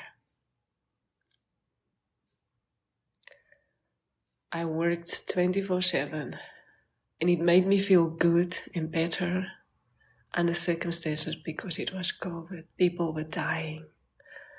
Every hand in the medical world was needed. So that helped. And every time when I came back home, I just wanted to be away from home.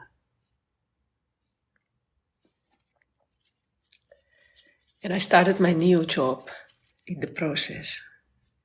How could I be so sick and I could do a good job? Yes, I did. I was very sick, but I did a good job. I did everything better than anybody else that I worked ever with in that time. So finally, in that whole struggle, I got a phone call. And the phone call said that you can start your treatment in 1 week. And I thought I was better, I was stronger. I need a lot of time to heal, but I'm there, I'm getting better. Until I went into treatment. And when I was in treatment, I found out that I lost myself as a soulmate, as a best friend, and I lost 10 kilograms.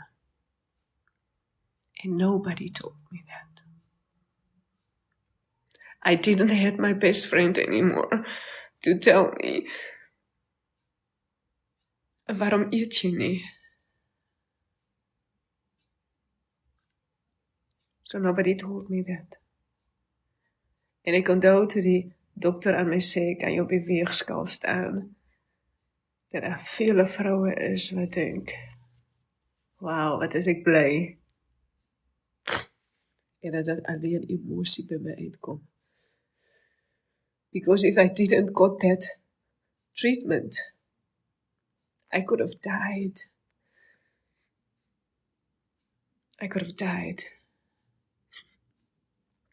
That same year, it was Rowan's birthday, on the 30th of November. And I didn't want to take any pictures. But I thought, I need to make a picture for my child. So Robert took a picture of Landie and Rowan and I. And when I looked back, I cried inside because I was so thin and I didn't even realize it. I was so sick that I didn't even realize how thin I was.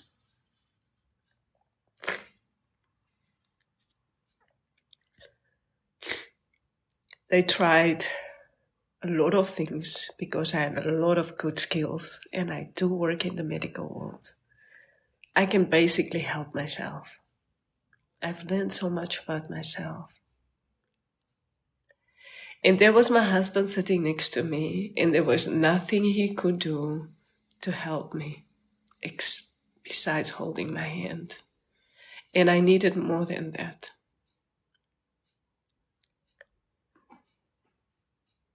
So I had to go through a lot of tests because I was so thin. And eventually I got medication.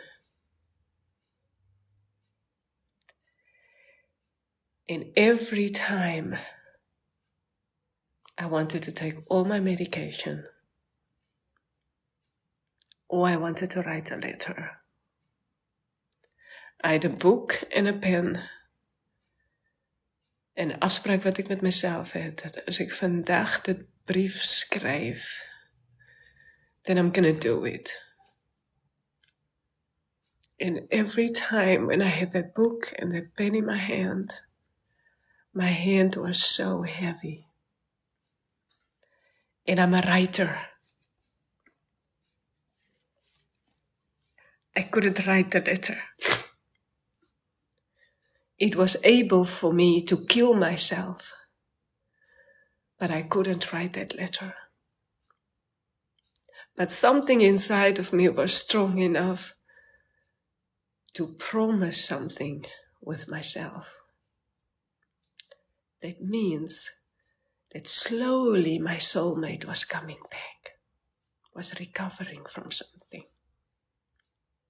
and helping me. And I kept that appointment with myself, that agreement with myself. If you don't write that letter. And as weeks went on, there was a Friday evening that I stood on the third. And I looked through the window, a big window. And I said to myself, Robin was with his parents, with the kids. And they would have been home in 2 hours. And I said to myself, you know what, Landie? You're not going to kill yourself. You're stronger than that. You're braver than that. And it's going to take them a lifetime to forgive you. And you know what? It's hard to forgive someone that's not alive anymore. So all you have left is to stay or to take your bags and just leave. And every inch of my body wanted to pack my bags, get on a train, and leave. I felt like if I don't kill myself, that's a gift that I give to them. But I just wanted to leave. But I knew that that's not a gift.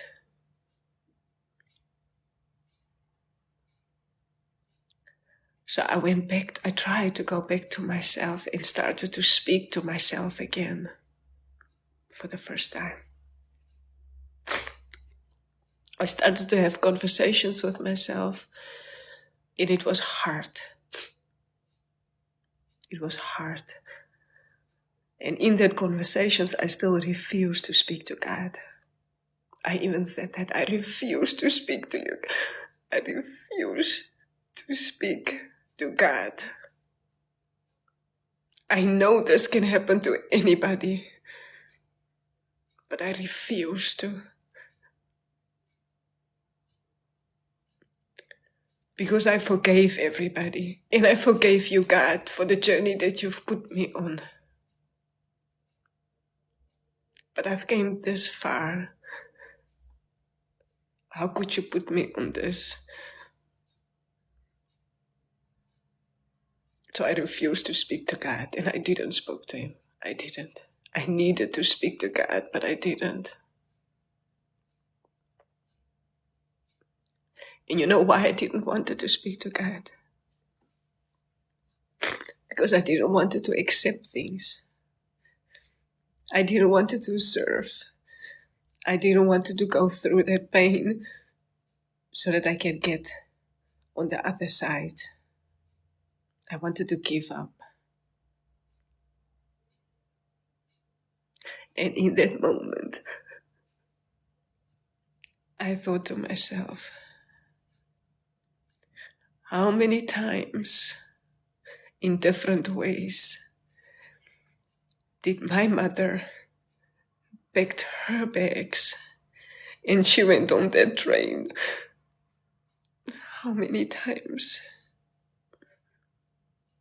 And then in that moment I realized that I have to break a generational curse.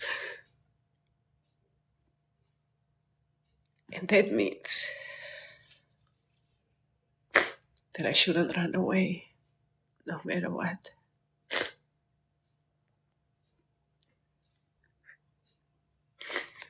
So I went into a quietness with myself to try to find myself, to go look for some strength in myself. And that made Robin scared. It didn't make him scared when I was thinking all these thoughts. It didn't make him scared when I told him I don't love our child.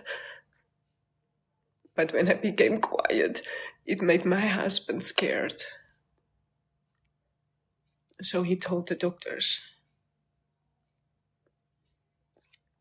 And that day, when I went for my appointment, they told me that we went over and over and over in the story. And we spoke to a lot of people about the story. And everything comes back to that you have become in the middle of a ripple effect. And what happened to you probably happened to your mother also.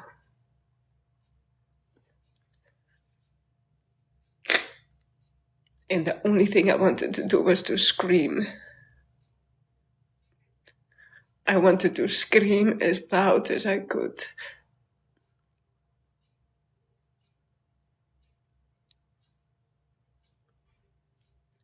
Because I was tired of generational curses. I was tired of them. It felt like it was the heaviest. They wanted to send me to a clinic where I have to go for 6 months without my children, without seeing my children. And whatever we felt, that was the best decision to make in Amsterdam. I had to accept that. So I did, because I wanted to get better. And you know why I wanted to get better? For Rowan. You know why I didn't write that letter? For Rowan. And you know why, and why, and why? Because of Rowan.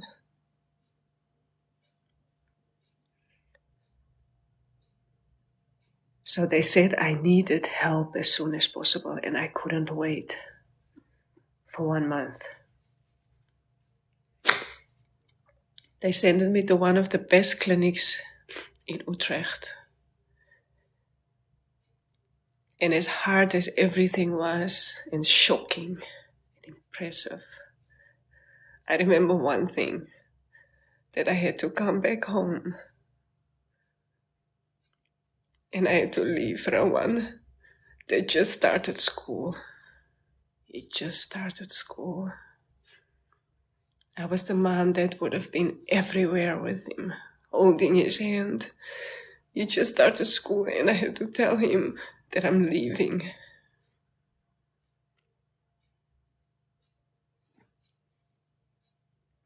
I remember that I said to my neighbor, can we go for a walk tomorrow night? And she said yes. And while I took a walk with her, I had to open myself and tell this woman that I want you to look after my son because I have to leave. And you know what? 5 years ago, we both had sons. And I helped that woman with so many things. Little did I know, why did I have to help her? I was helping her. I was holding her hand because God knew that I would need her again in a dark time like that night. It was hard. It was hard to ask someone else to look after your child. But I did it because I was fighting for my family. I made the decision not to walk away because if I didn't tell her, I was running away. I told her, I thought to myself, she can think whatever she wants. She can say whatever she wants when I'm not around. but I'm not gonna run away.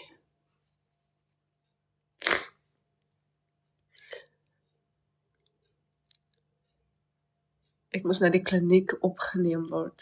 Ek was opgeneem by die kliniek. As soon as possible. It was Christmas, and I was without my child, and Robin, and Landie.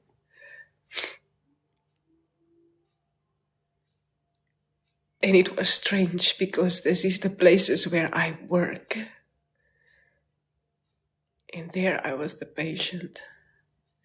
And while we walked in, Robin said, "But you are not sick. These people are sick."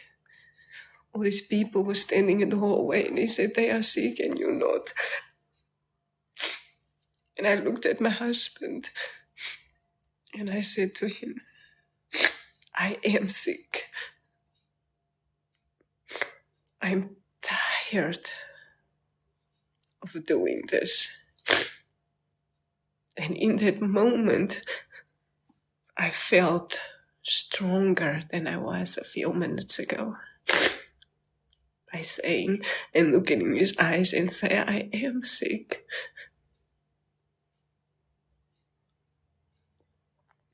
So ek was op 'n opgesleide afdeling. That if you look at me, if you know me, you would know that I don't belong there. But God wanted me there.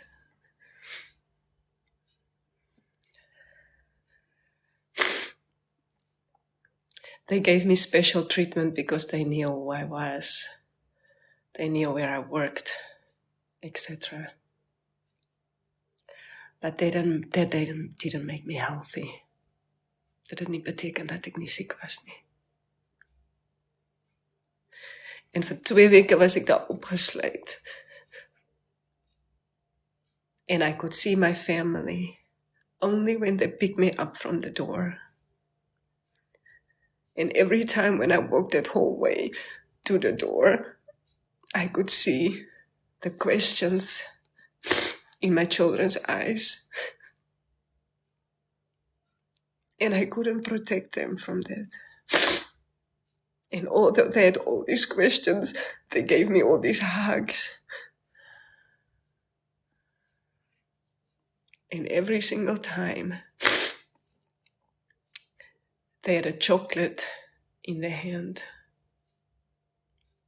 And it meant so much to me because I couldn't get flowers. It meant so much to me. And 2 weeks became 2 months. And sometimes I was mad. I was mad that I had to stay there. En elke 3de dag het ek 'n gesprek gehad met 'n psychiatrist, sielkunde, dokters, professors.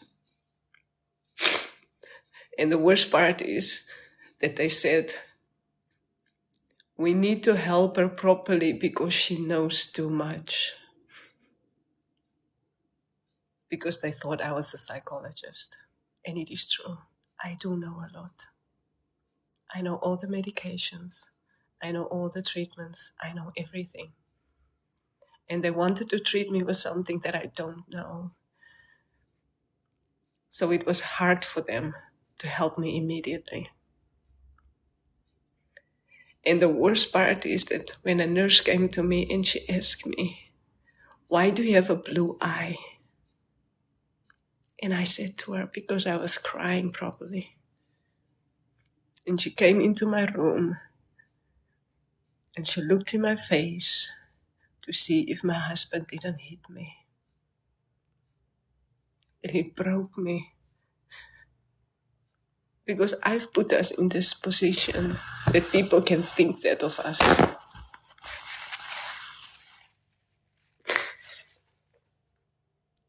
And there was one psychiatrist that said, "I know she have to go to that clinic and we're just keeping her here in safety. But I want us to treat her as soon as possible. I will never, ever, ever, as long as I live, forget that guy because he was speaking the truth. I needed help as soon as possible.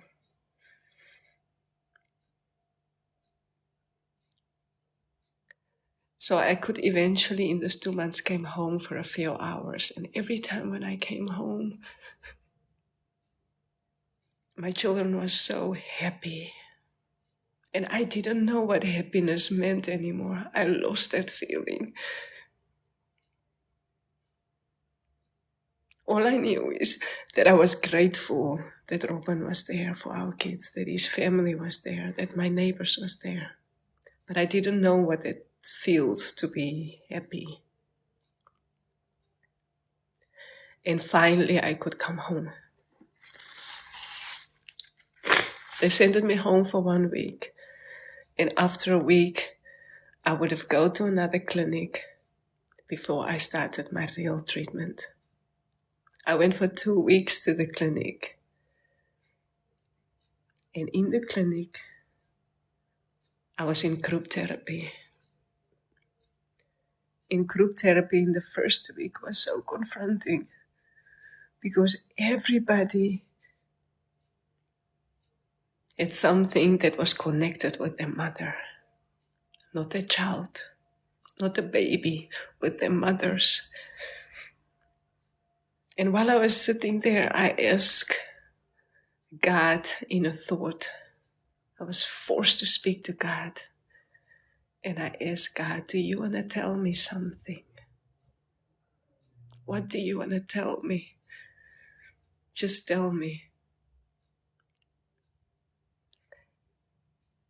And I didn't realize I was speaking to God. I don't have to pray to speak to God.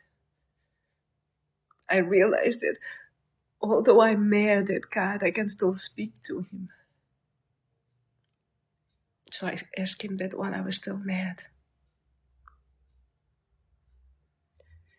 In the group therapy, he gave me an answer.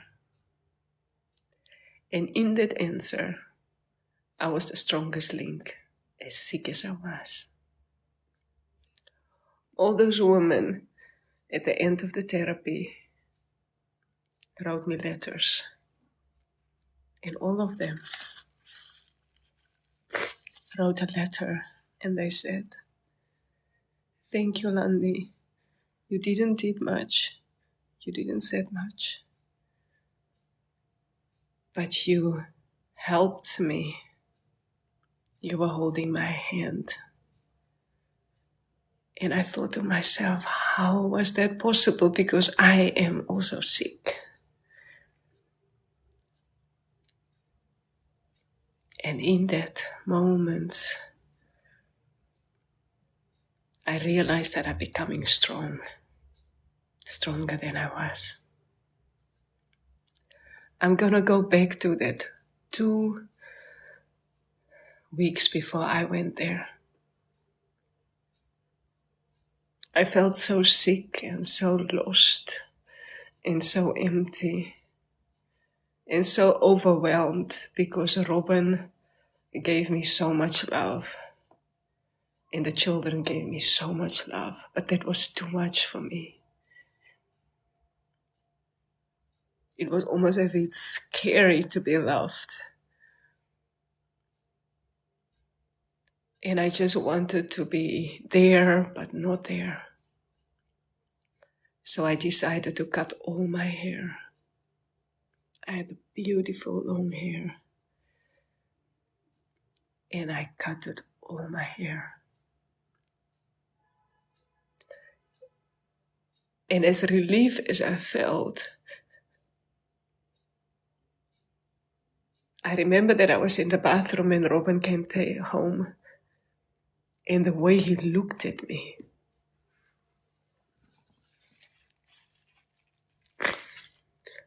was as if I was the most ugliest woman in the world. And I had to forgive him because I was so mad at him. I wanted him to tell me, I'm so sorry that you're so sick. But he was on his own journey, and he was also hurt, and he was also scared, and I had to realize that. It is painful and scary if you love someone so much and you see or feel them giving up. Because that's probably how it felt like. He saw his wife giving up. And while I was standing in the kitchen, Rowan was standing at the back door. And he started crying endlessly. He cried and cried, like all his pain out, when he looked at me. Because it felt like he lost his mother. And even if it felt like he lost his mother, he didn't want to accept it because he felt it already. So by seeing it, he's accepting it.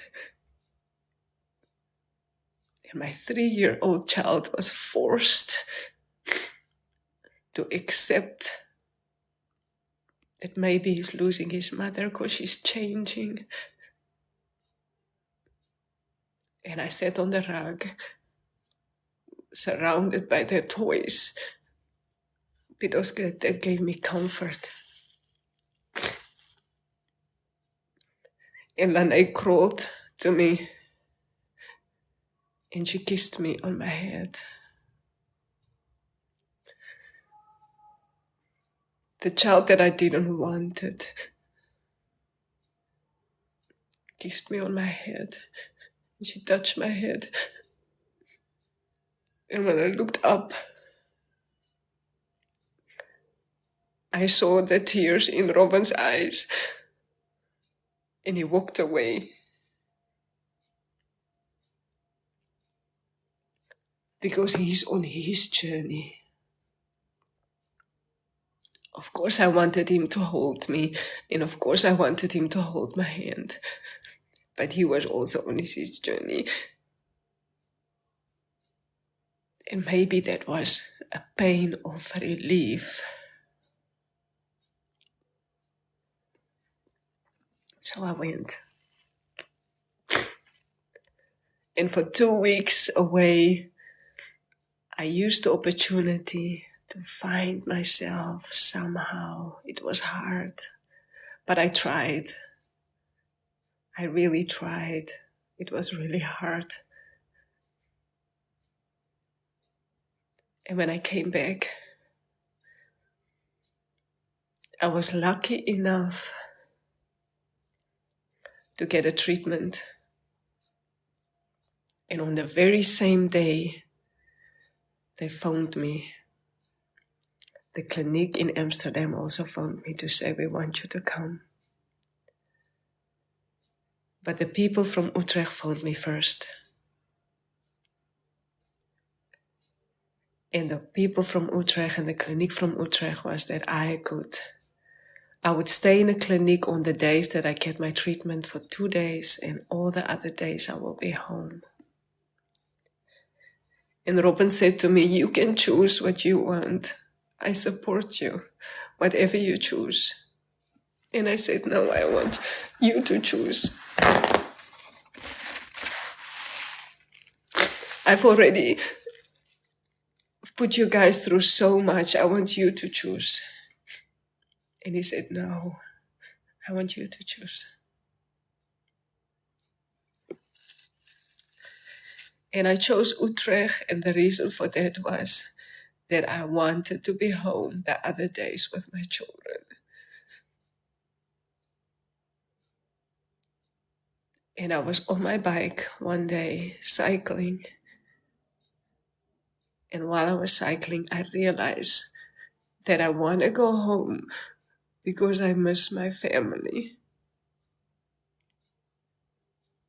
And I was happy. I was broken. I was sick. But I was happy because I felt something. And I didn't give up because I knew it was there. I didn't miss Landie. I felt bad. But I started speaking to myself and telling myself that I need to be kind to myself because I have to learn to love her. And I want to love her. So I went in an intensive trauma treatment. It was not for Landie.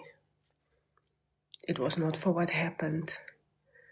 It went bounce back constantly to the connection between my mother and I.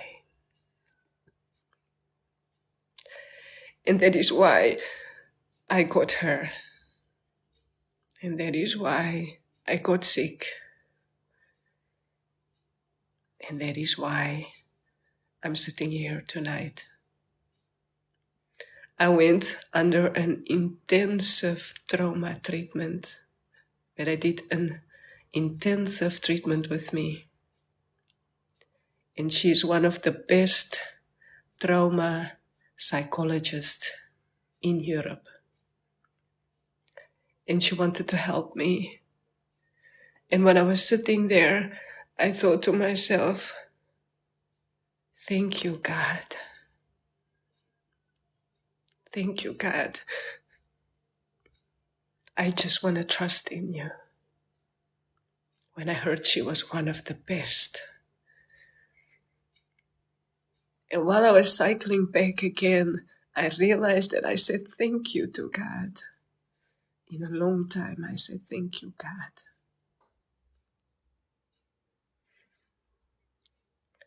So I said to Robin,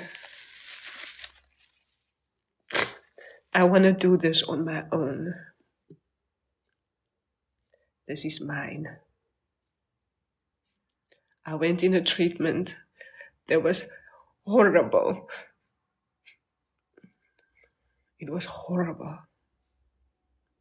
I went back to when I was young. I went back to when I was a teenager. I went back to every part that is connected with my mother. And that's almost everything. And that woman said to me, you are sick because of your mother. Your mother gave you a sickness. And I want you to heal because you're going to give it to your daughter. She was a white woman, and I didn't think that she believed in generational curses. And she said to me,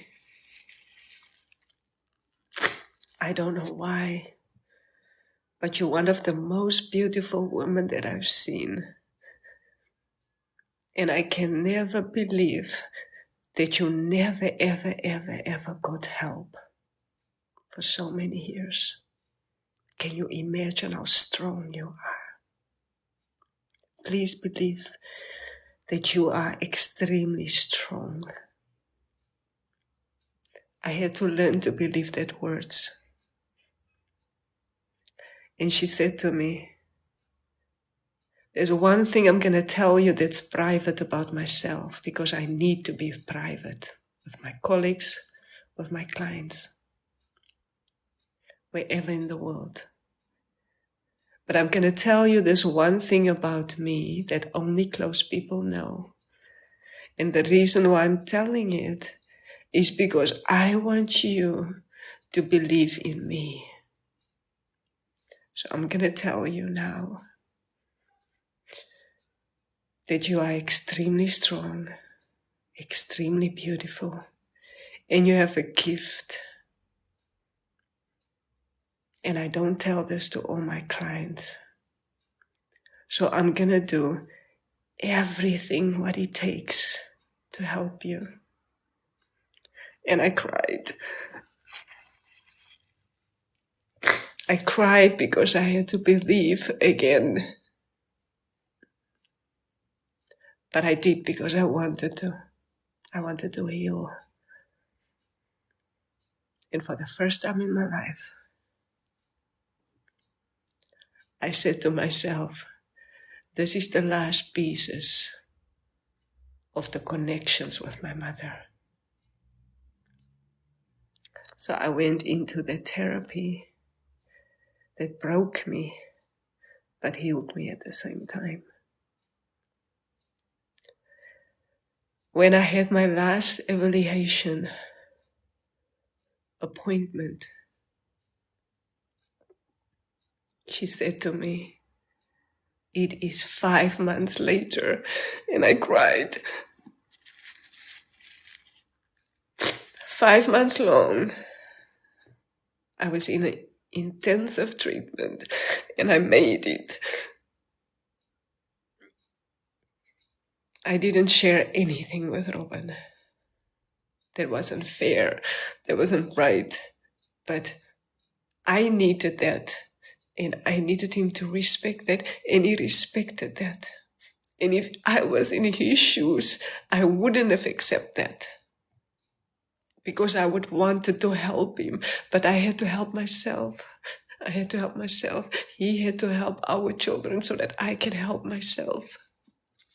And all I needed to know is that they're waiting for me. They love me. They're waiting for me. And I made it.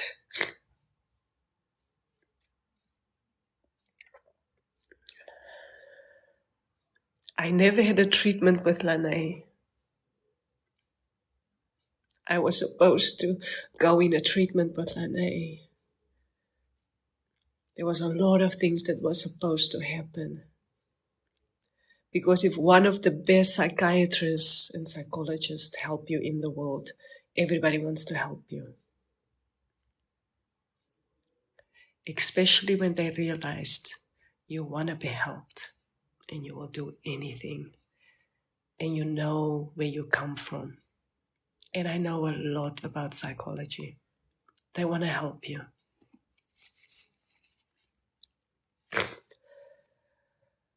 I took 2 months to recover from all of that. And after that, it was hard to find my feet again. But it was the first steps to become close to God. I became close to God again. And while I was getting close to God, I was getting close to my family. And as hard as it was, I started to think that my daughter was beautiful. I didn't love her, but she was beautiful. That was enough for me. I know that you want to love your daughter out of the deepness of your heart. But I'm the person that needs to teach her what beauty is, inside and out. So for me, it was enough to know that she's beautiful and that I missed her. And in that process was a many ups and downs. But there was ups. Until I had to start my new treatment. And I spoke to God about it. And that day, I confidently said that I don't need treatment. I'm going to heal myself through my child. So I went intentionally into myself and go deep into myself and go figure out, what can I do to love my daughter? And as times went on, I start with cooking in the kitchen, putting her on her special chair.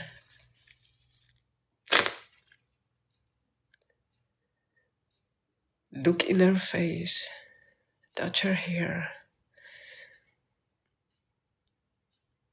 and tell her that I love her, even if I didn't felt it. Even if I didn't felt it. I made a promise to myself that I'm gonna look her in her eyes, and I'm gonna touch her hair, and I'm gonna smile, and I'm gonna tell her that Mama loves you. Because I owe that to her. That's my responsibility. I owe that to her. She can never go through the world without that. That is the biggest, most powerful Padkos wat sy nodig het. And as hard as it was, I gave it to her. I planted that seed. And even on my hard days, I didn't give up. And in that process, I was healing my marriage. I was healing my relationship with my husband. And I was healing my relationship with my child.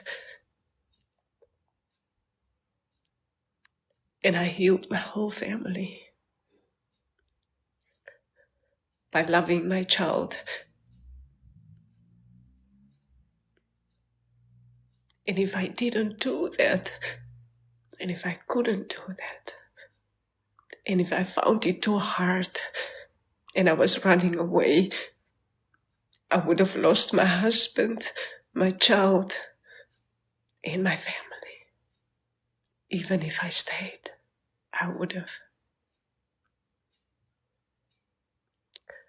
So since that day, I learned to love, to give, to take, to speak intentionally.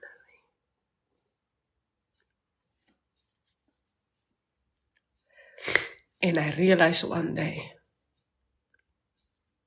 that I love my daughter, that my son is one of the most beautiful and special people in the entire world. And nobody is going to take that away from me. Even if you tell me you're supposed to love your children the same way. Yes, I love both my children. But my son will forever and ever be the most special person that I would ever know. Because he's the reason why I didn't took that pills.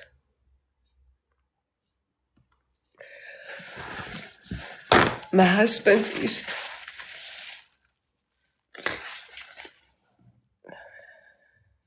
not just the person that made me believe in love, but he made me believe in life and in holding hands. Because there was many times that I wanted him to do more. But he couldn't. But he was always holding my hand. He was always holding my hand. So whenever I speak about holding hands, it comes from a deep place, because sometimes that's all you need. You feel that you need more, but that's all you need. To know that someone is there, to feel that someone is there. And know that you have to go through that alone.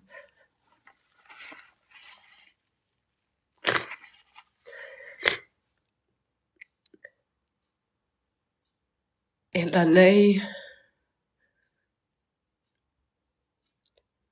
became from the most beautiful little girl. She became the girl that I loved more than I could love any other woman in this world. That I accept her for who she is. that I embrace her for who she is, and that she learned and she taught me that every single child that God gives you is a purpose, and that I had to get her and that she chose me so that I can finally heal, because I did heal. The last little piece I needed from her. For many, many times, I looked at her and all I wanted her to have dark hair and a brown skin. And I look at her and she's perfect.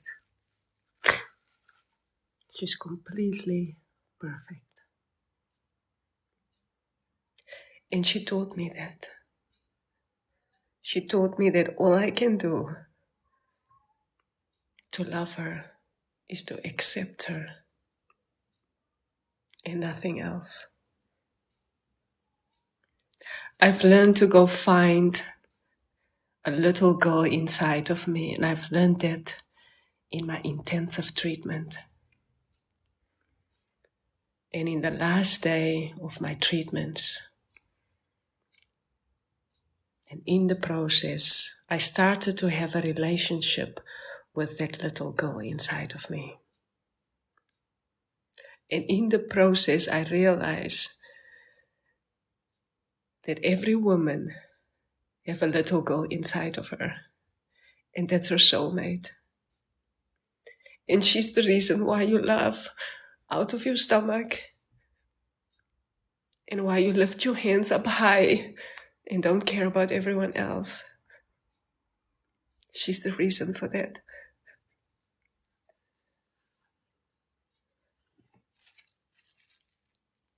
And how many times did we keep her down instead of putting your arms in the air and turn around?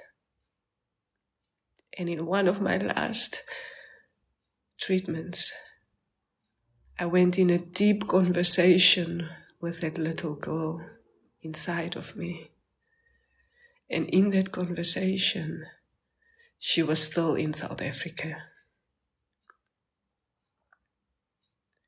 And many times I tried the exercise, but it didn't work. I tried different ones also, it worked. And this one was difficult. And in the last few times, 2 times, I went in a conversation with her and I said to her, I know that you were hurt, and I know that you're scared. But all I want you to know is that we have grown up. And I kept you in the dark for so many years because I wanted to protect you. And while I was protecting you, I kept you so small. And while I kept you small and protected, I kept you being hurt.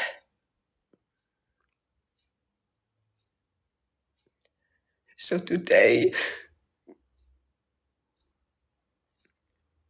I'm putting my hand out. And I want you to put your small hand inside of my hand.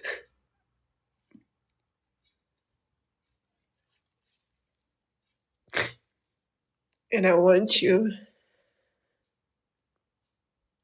to meet 3 important people in my life. I want you to come with me. I live somewhere far away. I want you to come with me because I left you there. I left you there without protection also. And I want you to come with me to our house. And I want you to meet Robin. He will love you. It doesn't matter what your color is. It doesn't matter how your hair looks. He will love you. And I want you to meet Rowan. And the moment you will look in your eyes, you will see something very beautiful inside of you that he also have. And he will give you a warm hug. And I want you to meet the most important person in your life and in my life. I want you to meet her because you needed Landie and I needed Landie. And little did I know that over and over and over and over, I tried to choose Rowan. We didn't need him. We needed Landie to connect us and to become a union so that we can help other women and whoever that needs to heal from anything connected with a woman. And that's all of us. And in the treatment, I took her hand and I took her home with me. And when I was on my bike, on my way home, I felt happy. And I didn't know how it felt to be happy for a long time. I felt extremely happy. I'm going to end my life here and I will continue next week. Thank you, everybody.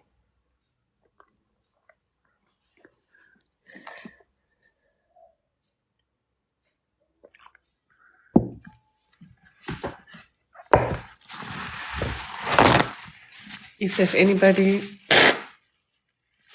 that wants to come in the box, feel free. I will read the comments. Thank you so much, everybody. I really appreciate all your time. Thank you.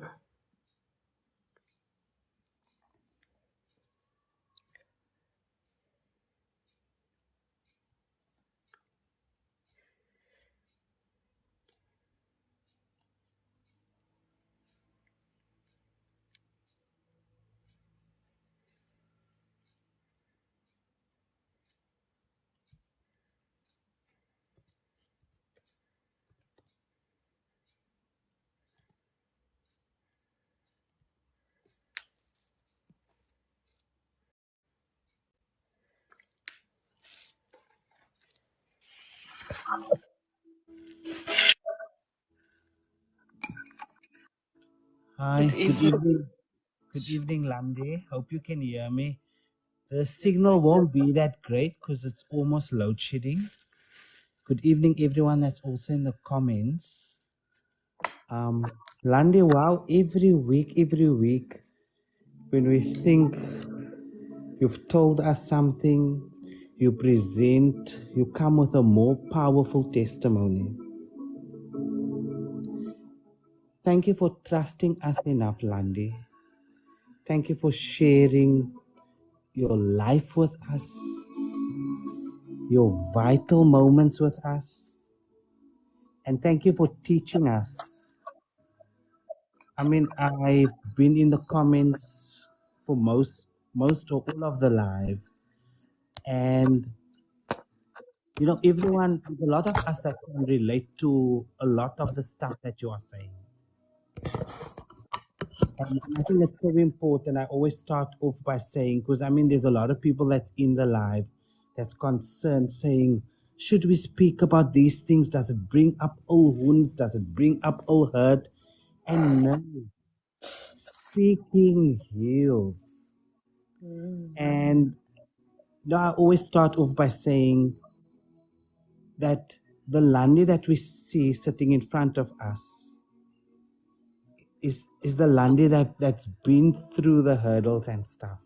Mm-hmm. So this Landie is speaking from a place of healing.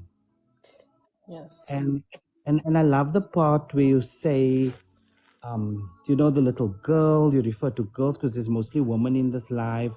If there's a man in the life also, you know, there's little boys and little girls that sometimes need that attention. You know, we sometimes need to focus and give them that attention. And if you don't do that, the conflict will arise. You see, and the conflict is basically all of the chaos. So thank you for teaching us. I mean, there's a lot of us. There's a lot of people. I always say, lives like this save lives. You know, there was a mother, there was someone sitting in this life, or a father that maybe decided that they've had enough, or that they can't cope, or they didn't see the light, or they didn't know how to proceed. And then your life comes along, and then you save lives. So Landie, thank you, thank you, thank you. You know, we appreciate you so much. And there's always Padkos, and there's a lesson for all of us in your lives always. So that will be my small little contribution tonight, and you must have an amazing night. No? So much love always. Guys in the comments, you guys are amazing. Thank you so much for, I see if there's people that's coming into the live that's a little bit lost, you guys help them along. You guys are so loving with each other. You guys are sharing all of your experiences in the live. Thank you so much. We see you. Yes. Thanks, Landie. You can. Dr. Ish, thank you so much. I really appreciate you emphasizing on um, from what place I'm coming from, because it's really important to keep on repeating that. It's very important to know that you need to be there to be able to be here now. And that's why you can never say, I am not here or I am not there, because it's not always something that you can see from the outside. And sometimes it's not even something that's in words. So it's really important to be intentional about what is being said and what it is about, and to realize that it was impossible for me to sit here if I wasn't healed. It is really important to realize that. So thank you so much. Thank you for all the love always. Thank you for everybody in the comments. I love you guys. Dr. H, thank you. I love you. And I will exit now from the box and give Yes. someone else a chance. Yes. I think maybe if you can exit me, because I'm struggling now to exit. There we go. Is there anybody else who would like to be in the box? Is there anybody that have a question? Please feel free.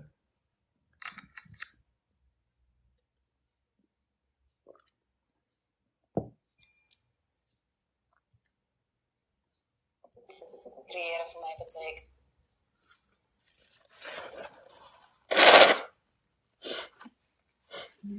No, you don't have to be healed to speak out, but you're starting by healing, by speaking out and being consistent in it. And speaking out doesn't always have to be in public or with a therapist. It can also be with yourself. It's just a very hard journey with yourself, because you always need a hand. But it's basically that you start speaking out and you're staying consistent in it. So, and it's very tiring, first of all. So, no, it's just that it's very easy to go to that place and to be able to give a message completely. And there's no wrong or right in it. But if you are not healed yet and you go back to that place, there happens a lot of things. And in the middle of what's happening there, we're losing all of everything, we're losing the end because you are still stuck there. And for us to leave you there and jump to the end, that doesn't make sense. So we stay with you there. And you don't even know what you can find there. But knowing that you're not healed, you should prepare to know that for you there is not an end yet. So that is basically what I mean with the journey. And of course you can sit here unhealed. It's just the journey is different. No, I'm not. I forgot to speak about that, and maybe I will bring a little bit of that in my volgende live. Ik heb medicatie gebruik vir 2 maande. Ik het in die middel van die winter, het ek vir 2 weke, het ek elke ochtend 5 uur gaan hardloop. 20 kilometer. Vir 2 weke. En na die 2 weke het ek vir 5 weke 10 kilometer gehardloop. Elke ochtend in die winter, 5 uur in die ochtend, in die donkerte, terwyl almal slaap. En die rede daarvoor was dat ek 'n afspraak met myself gemaak het, dat ek stop met my medikasie, omdat ek het nie wil drink nie, of nie meer wil drink nie, en omdat ek gevoel het, ek het die tyd wel nodig gehad, maar ek wil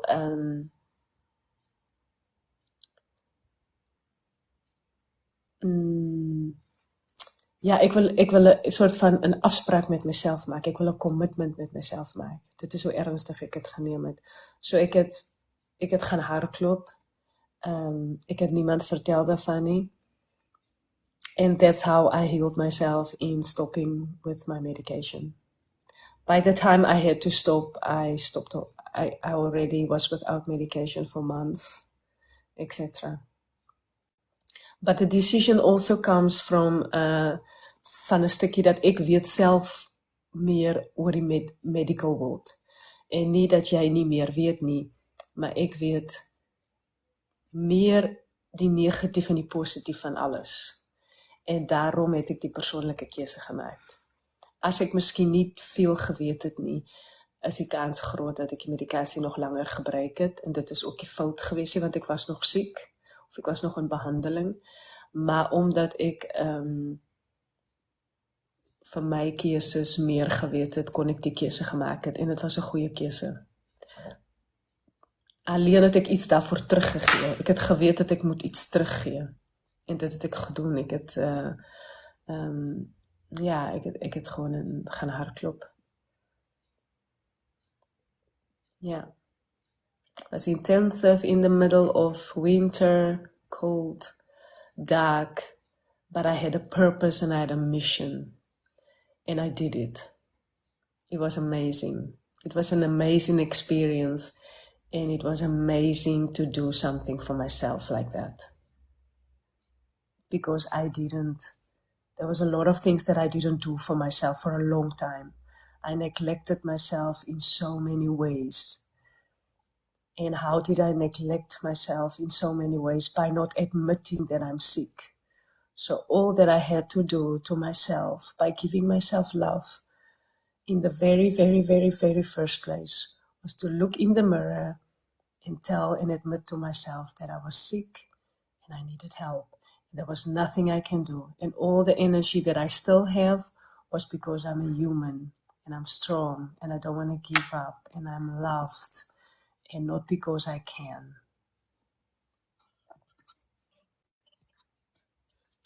Yes, basic mom, you can ask me a question. Hi Padkos, jammer ek het nou 'n bietjie laat op die live gekom. Mag ek vra van watter medikasie jy praat wat jy self opgehou drink het? Ek het sertraline gebruikt en ek het 'n hoë dosis daarvan gebruikt. En die rede waarom het alleen sertraline was omdat ek het ander medikasies geweier. En ek het self gevoel, dit is die enigste wat ek nodig gehad het. So daar het ek ook geluk in gehad. So ek het maar sertraline gebruikt. En het was volgens my iets van 1000 gram. Het was heel veel vir iemand wat nie medikasie gebruik nie en siek is. En wat So as dat ek was mag ek eigenlijk vra? Oh, jammer, mag ek vra wat 'n siekte jy gelei het? het op postnatale depressie gehad. En postnatale depressie is wanneer, ek weet nie of jy weet wat dit is. Ek lê aan depressie, maar ek het nog nie gehoor van postnatale depressie nie. Is dit postnatal depression? Yeah. Postnatal depression, that's what it is. I gave birth to a little girl and I was basically sick since. I had a lot of signals which I tried to ignore, and eventually I became depressed on top of that and many other things. I lost a lot of weight. I became isolated. I couldn't look after myself anymore, and of course not my children. Neglecting my own needs, so it's obvious that I neglect everybody's needs, etc. So that's being extremely sick as a healthy person. Okay, and how did, if I may ask, how did it affect your work? It didn't affect my work. I did a great job in what I was doing at the time. It's amazing. So I did a great job in what I was doing. But when I started my treatments, I had to stop immediately because I couldn't work. So it basically affected me the moment I accepted the situation and I gave it over to get the treatment. But while I was still holding on to survive, I did a great job at work, but that was also the only place where I did a great job. I failed everywhere else. And when I say fail, I also mean I didn't see people, I didn't speak to people, I isolated myself, I failed to have conversations, but at my work I didn't. Can I ask you a personal question or your advice? Your advice. I know you can't make a choice for me. You can only give me advice. If you were given a choice to be boarded or to resign or to go back to school, but if you get sick, then you would be dismissed immediately from your job. What would you do in that situation, especially when it's your passion? Your job has become part of you. I'm a teacher, if I can say it out loud. First of all, I wouldn't do any other study. I wouldn't do any course. I wouldn't do any study. I would do nothing like that. I wouldn't put any pressure on your brain. I wouldn't put any pressure on your shoulders or whatever the case might be. So that is out of the question. First of all, I don't know where you work, what type of contract do you have, but I think the safest way is to realize what type of sickness depression is. And if you know that and understand that correctly, then you don't have to do anything. You don't have to resign, and nothing should basically happen to you because sick is sick. And you need to go find out what your rights is. That's the advice I would give you, is to go back and go find out what your rights is, because you do have rights. And you don't have to lose your job and you don't have to resign. No, like the department, I've been sick like for many years now. The depression, it comes and it goes, and I've been in a very toxic environment where I've been bullied, I've been discriminated upon, and the top structure, they were the main people that has been bullying me. And so a lot of triggers came, and for the last year and a half, I wasn't able to work. And now the department came and said, we have carried you enough, you are liability, because we are paying 2 people now. Yes, that's for true. one job. That's true. And we can't carry you anymore. So we're giving you these 3 opportunities now to go back to school, or you get medical boarded, or you resign. And if you don't take the office, then we're gonna, if you get sick in the next month or 3 months, then we take the office from the table and we let you go without any dignity. But what is your legal rights? Now it's your time to go find out what your legal rights is, because you don't have to do anything. Sick is sick. And I think you do have permanent contracts. Okay. Is that what you have? Do you have a permanent contract at the school? Yes, I'm a permanent employer. Yes, yes. Then I would just take, I just read someone saying the medical border. Then I will take that, because, and also at the same time, go more in detail to go find out what your rights is. Because there's basically nothing that you can do. There's nothing that what you can do is that you can also choose for yourself, which is also a very scary decision, is by resigning, you probably get something out of it. Take the time to Yes, recover. But then you also really need to find a way to recover. It means you need someone, you need to take the time, and you really have to go recover. You recover and you go find a different environment where you can even get better. There's also a decision that you can make. But that is a bit scary, because maybe you need more time, and so I wouldn't resign, first of all.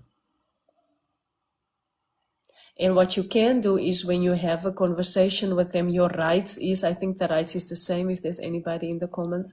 Your rights is then you can take someone with you. You don't have to be, you're not fit enough to be in conversations like that, to make decisions like that alone. So you can always take someone with you.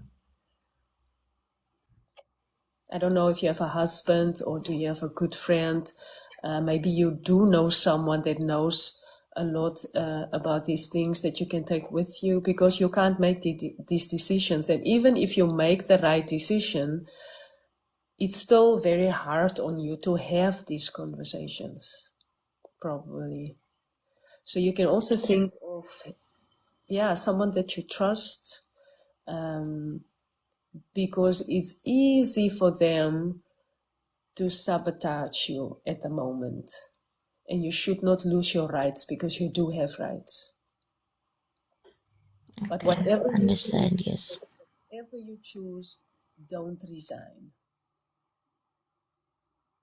Okay. Okay, but medical boarding, I won't be able to survive on that.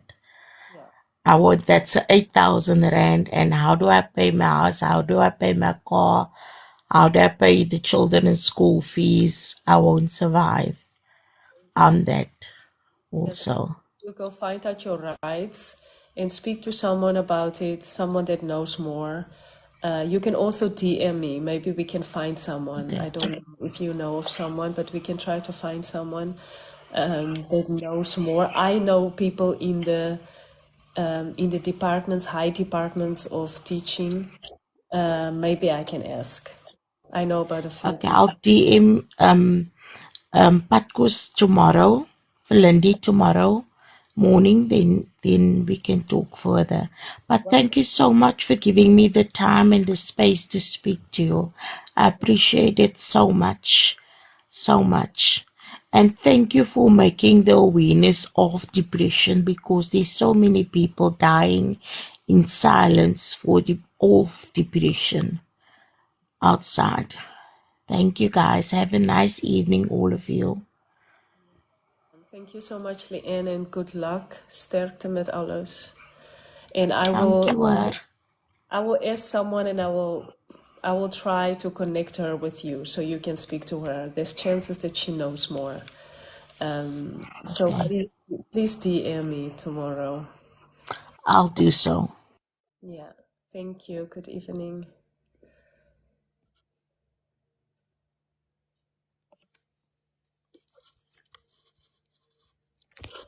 Yes, okay. Guys, there was a question. Someone wanted to ask a question. Basic Mom wanted to ask a question.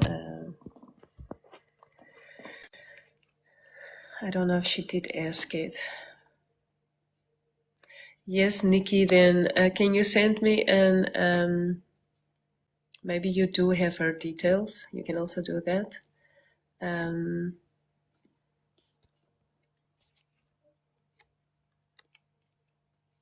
will try to remember. If I don't hear from you, Nikki, then I will DM you.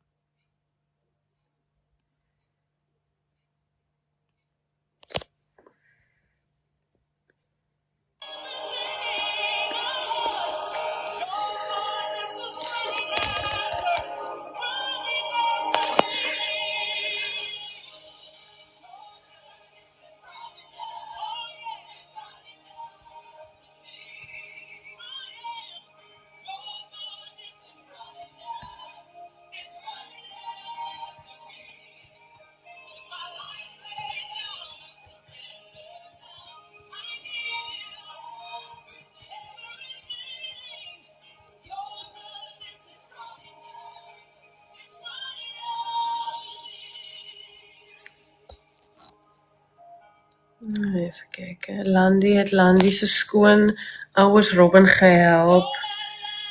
Ja. My skoonouers het gehelp met die kinders.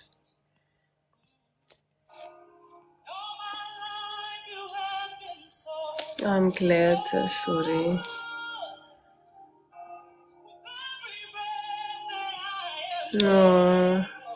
No. Yes, God is very important in my healing. And I think if I was probably surrounded with a lot of people, maybe I wouldn't have noticed it. Maybe I wouldn't have noticed God if I was surrounded with too many things around me, but I wasn't. I was every time sort of stuck in a corner, and I didn't have a choice. Of course, I know God. If you don't know God, it's probably different or not easy. But I know God, and I didn't have a choice. So thank you, Pastor Ursula.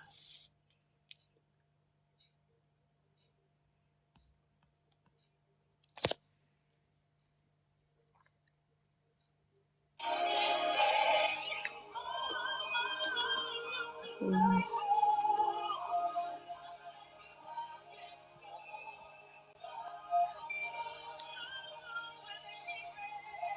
What is the cause of postnatal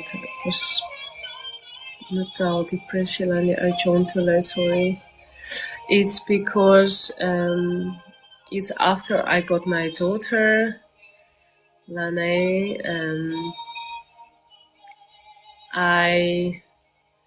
I had it all along inside of me. So something happens, but it's not something that happens that's how I figured it out for myself. And they went in high discussions to figure out what made my situation so different than some situations. And while I was speaking without knowing what I was speaking, because you are sick, it every time bounced back to my mother and what happened with my mother, which means the depression that I got sick of, or the sickness that I got sick of, and what I gave to my daughter that's connected to my daughter, I had it inside of me all along. So I was making myself sick. And I had to heal from that. Otherwise, I can give it over and over and over. And will my daughter also get sick whenever she gets a daughter or whenever she gets a child? Maybe not. But there's something inside of me, of her, that's possible to make herself sick. And it can come in any form of depression. So it's really important to understand your connections with your parents very well and heal from that. And the healing is important to understand that you're not mad and you're not pointing fingers at anybody. That's very important.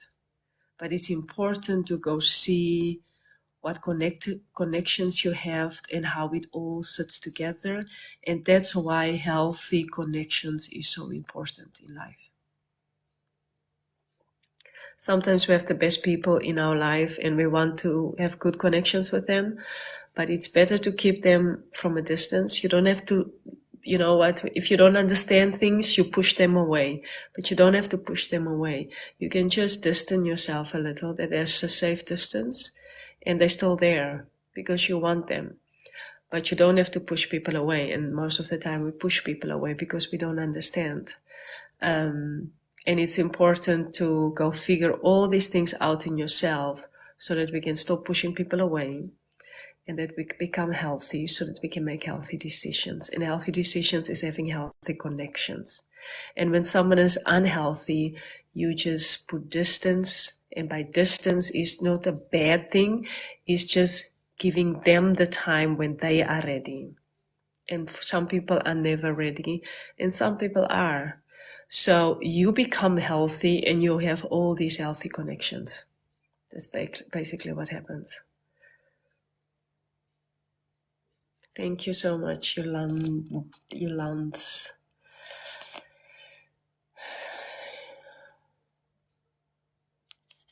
Yes, that can happen, Suri. The money-making thing can happen. I was lucky. But there was also a lot of reasons why I was lucky. I was lucky because I was in the group therapy for the 2 weeks. And in that group therapy, I found my strength again.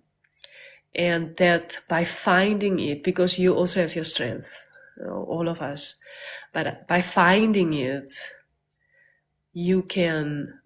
a lot can happen in that finding your strength. I found my strength again. And in that strength, I had the conversations while I was sick and while I was saying that I only want the best.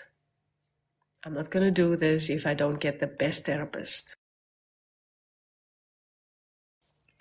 But there's also finding your strength back again because you are sick. You are sick. Nobody should think that you should make specific decisions and you should think like they think because you are sick no matter what.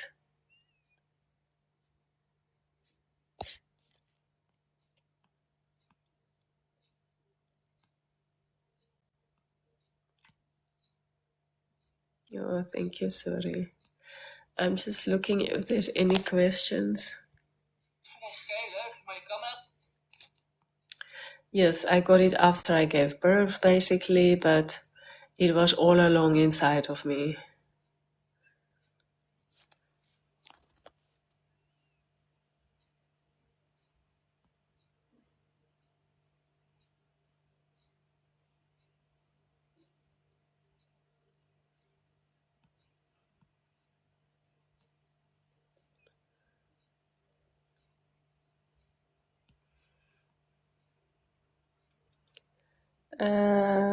Oh yeah, I did answer that, what the course is.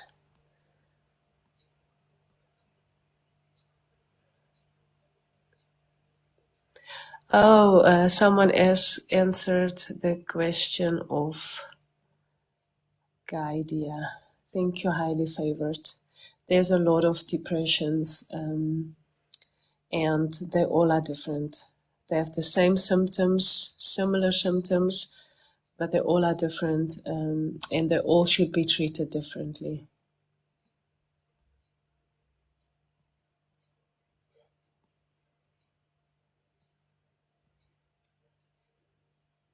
And there's nothing to be scared of because it's something that can happen to you. And most of the time it's something that's inside of you that gets triggered, or that's coming outside to be healed most of the times.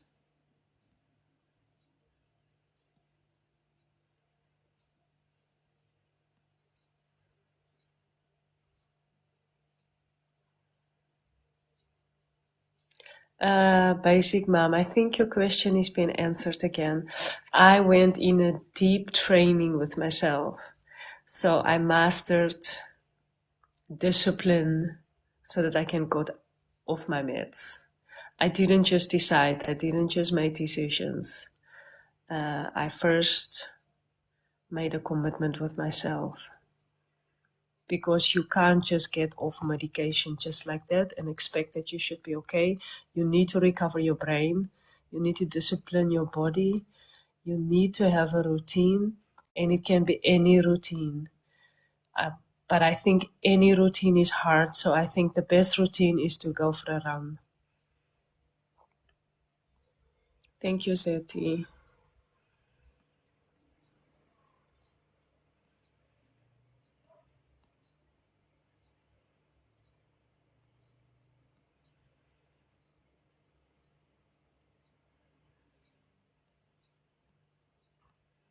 Oh, thank you, Dr. Ash.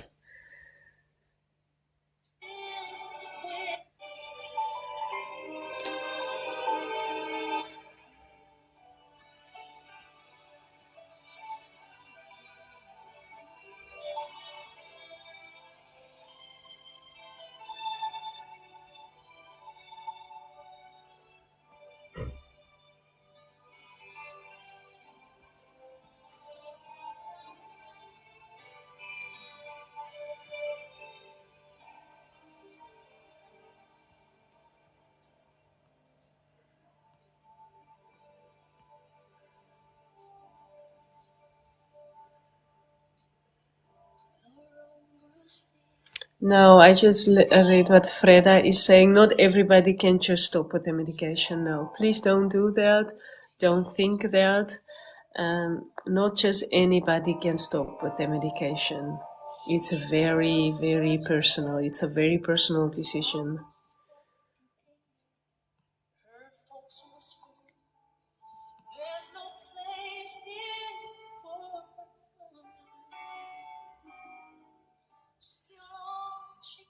Lucy.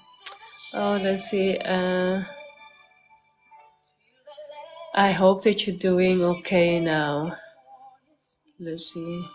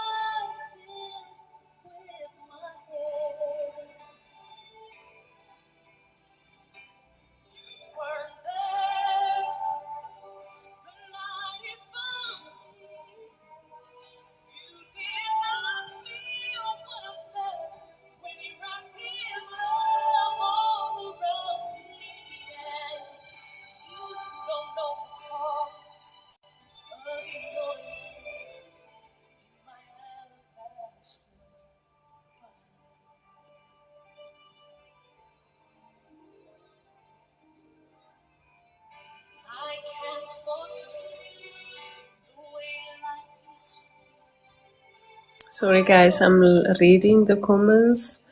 I will...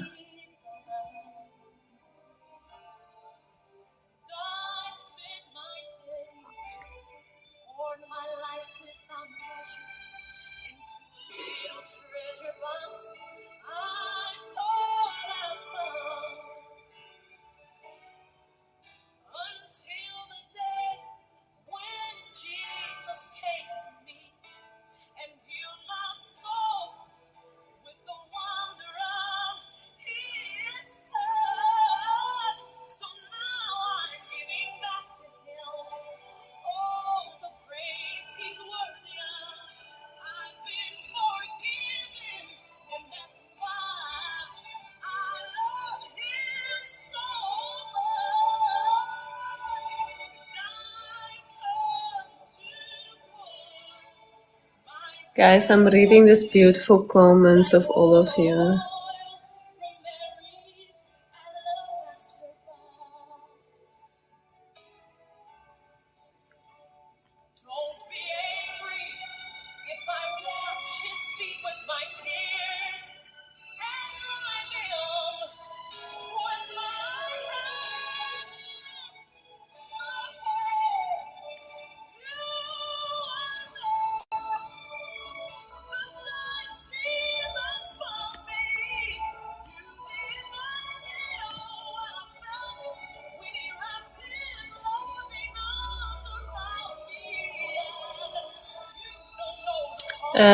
Yes, I can do that, Suri.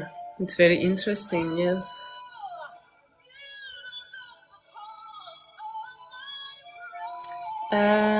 Yes, God, yeah. I can imagine in Egypt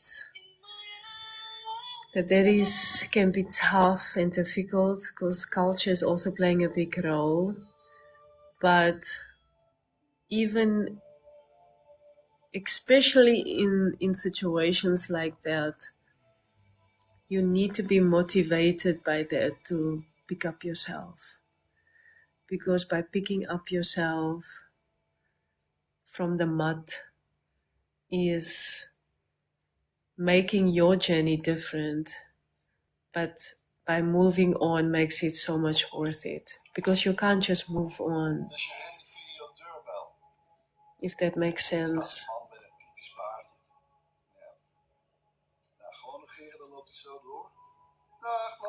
De groepstherapie, Landie, de groepstherapie was intensief voor mij. Dit was voor 2 weken. En de eerste week was intensief, de tweede week niet. Maar de eerste week was zwaar.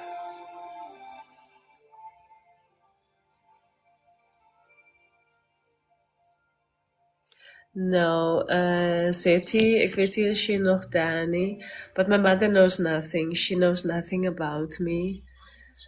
She never knew a lot about me because she have never showed any interest, first of all. So it was hard. And the only thing that she knows is that I live here. I'm married to Robin because she have seen him twice on my granny's funeral and the last conversation I had with her. And she knows that I have Rowan and Landie. She knows probably because of family, because of family. But I'm sorry. For the rest, she knows nothing about me. There was a period that I didn't want her to know anything about me, but I think I was so traumatized, and now it doesn't matter to me, because whatever she's gonna know about me, she's gonna know it because my name is Landie. She's not gonna know it because I'm a daughter, and not because I punish her, because it can sound like, but just because I have outgrown their trauma.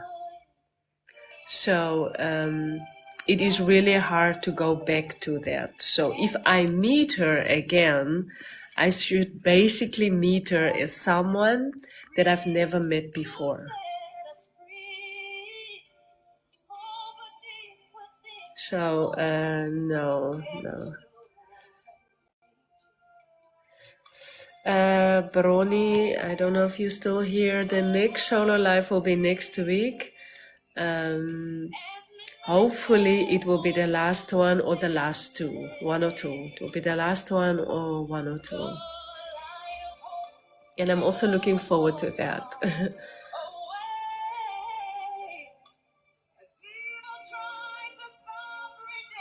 It's possible to have a breakdown without knowing it.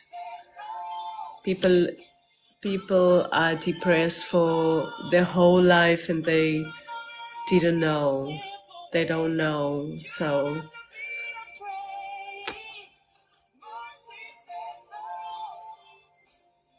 No.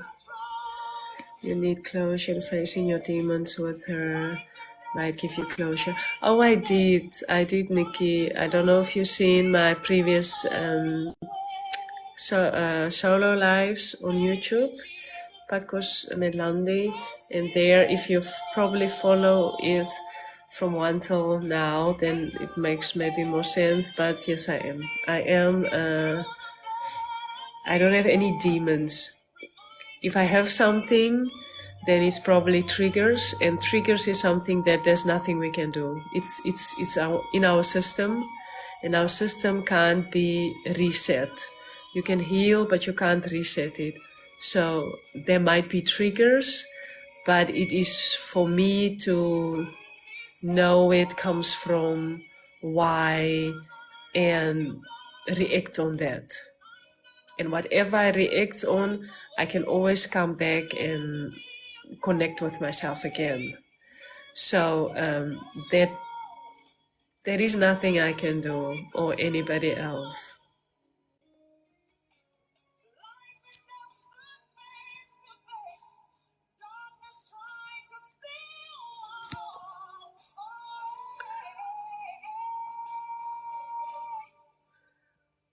Thank you so much, Nikki. Landie, when are you releasing your book, Fred? That is, everybody's asking me. I want to do it before we go to South Africa. Thank you so much, Leanne. But I also want to do it next year. I'm still in a struggle with it because there's a lot of things that go through my mind when I think of my book. I think of the deepness of how I wrote it, and I think of the effect that it have on people, the one who's reading it. And I'm also a little bit scared. I'm also a bit scared that it won't have an effect on someone. So, but it would have been a book that I would love to read, and it would have been good for me. I hope that's a good answer. My father denies that he's my father, and I would love to sit. Nikki, you should do that because it's important to, by having that conversation and speaking to him, you also give him an opportunity to heal. So by having that conversation with him, you're giving him a lifetime opportunity that he's probably too scared to do, that he still want to do, that he doesn't know we have to do.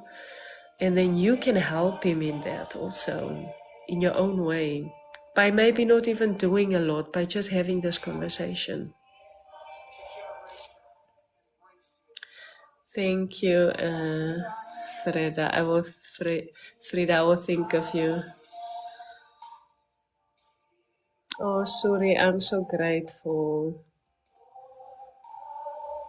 Thank you so much, Shuri.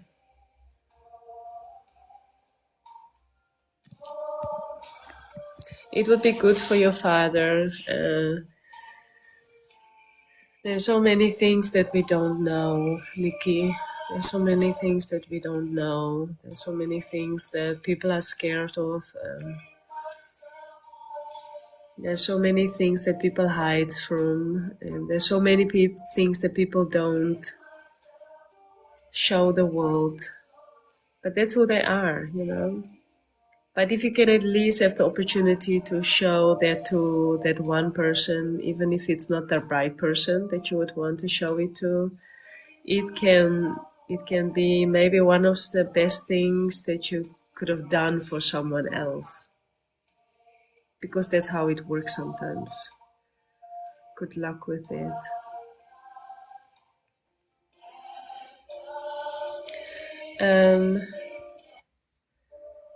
I'm gonna play one last song and then I'm gonna enter live. If you have any questions, if you still wanna come into the box, please feel free. Yes, I'm here.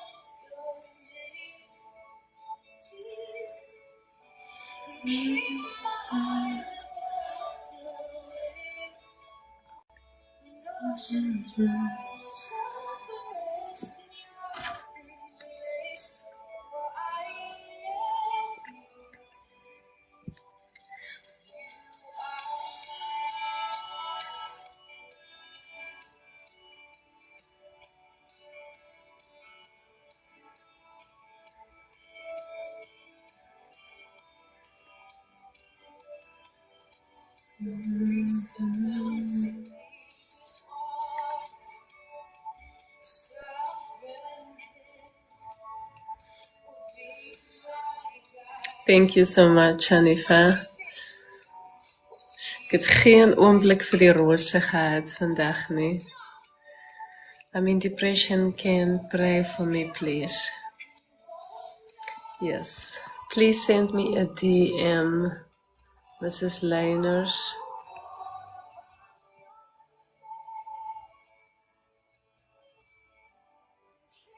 Oh, Kayla. Baie dankie. En het is een van die mooiste dingen wat je voor jezelf kan doen om weer je mandje te vullen. Of je kopje te vullen. Maak je saak waar, hoe nie, van wie nie. Maar dat is het mooiste wat je voor jezelf kan doen. Ik is blij, Kayla. Slaap lekker.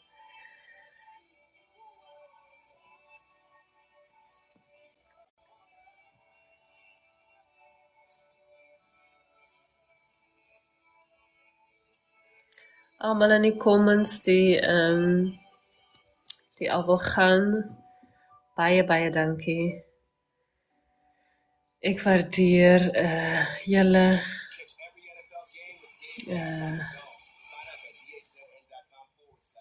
dankie vir julle tyd. Dankie dat julle tot op die laaste einde bly. I really appreciate all of you. I see you. Thank you so much. Oh, Oenie. Ik zal het op mijn YouTube zetten morgen. Dit beloof ik. Omdat er heel veel mensen was die er niet was nie, en dit misschien sal vra via DM. So ek sal dit morgen op YouTube. En dan then you can watch it. I understand, Oenie. No problem. But I am leaving. Thank you so much for the people that also, if you just popped in, thank you so much, each and everyone, especially for the people that stayed, till the very end. An extra thank you to you, people on the For You page. Thank you, and have a very good sleep. We see each other tomorrow. Bye.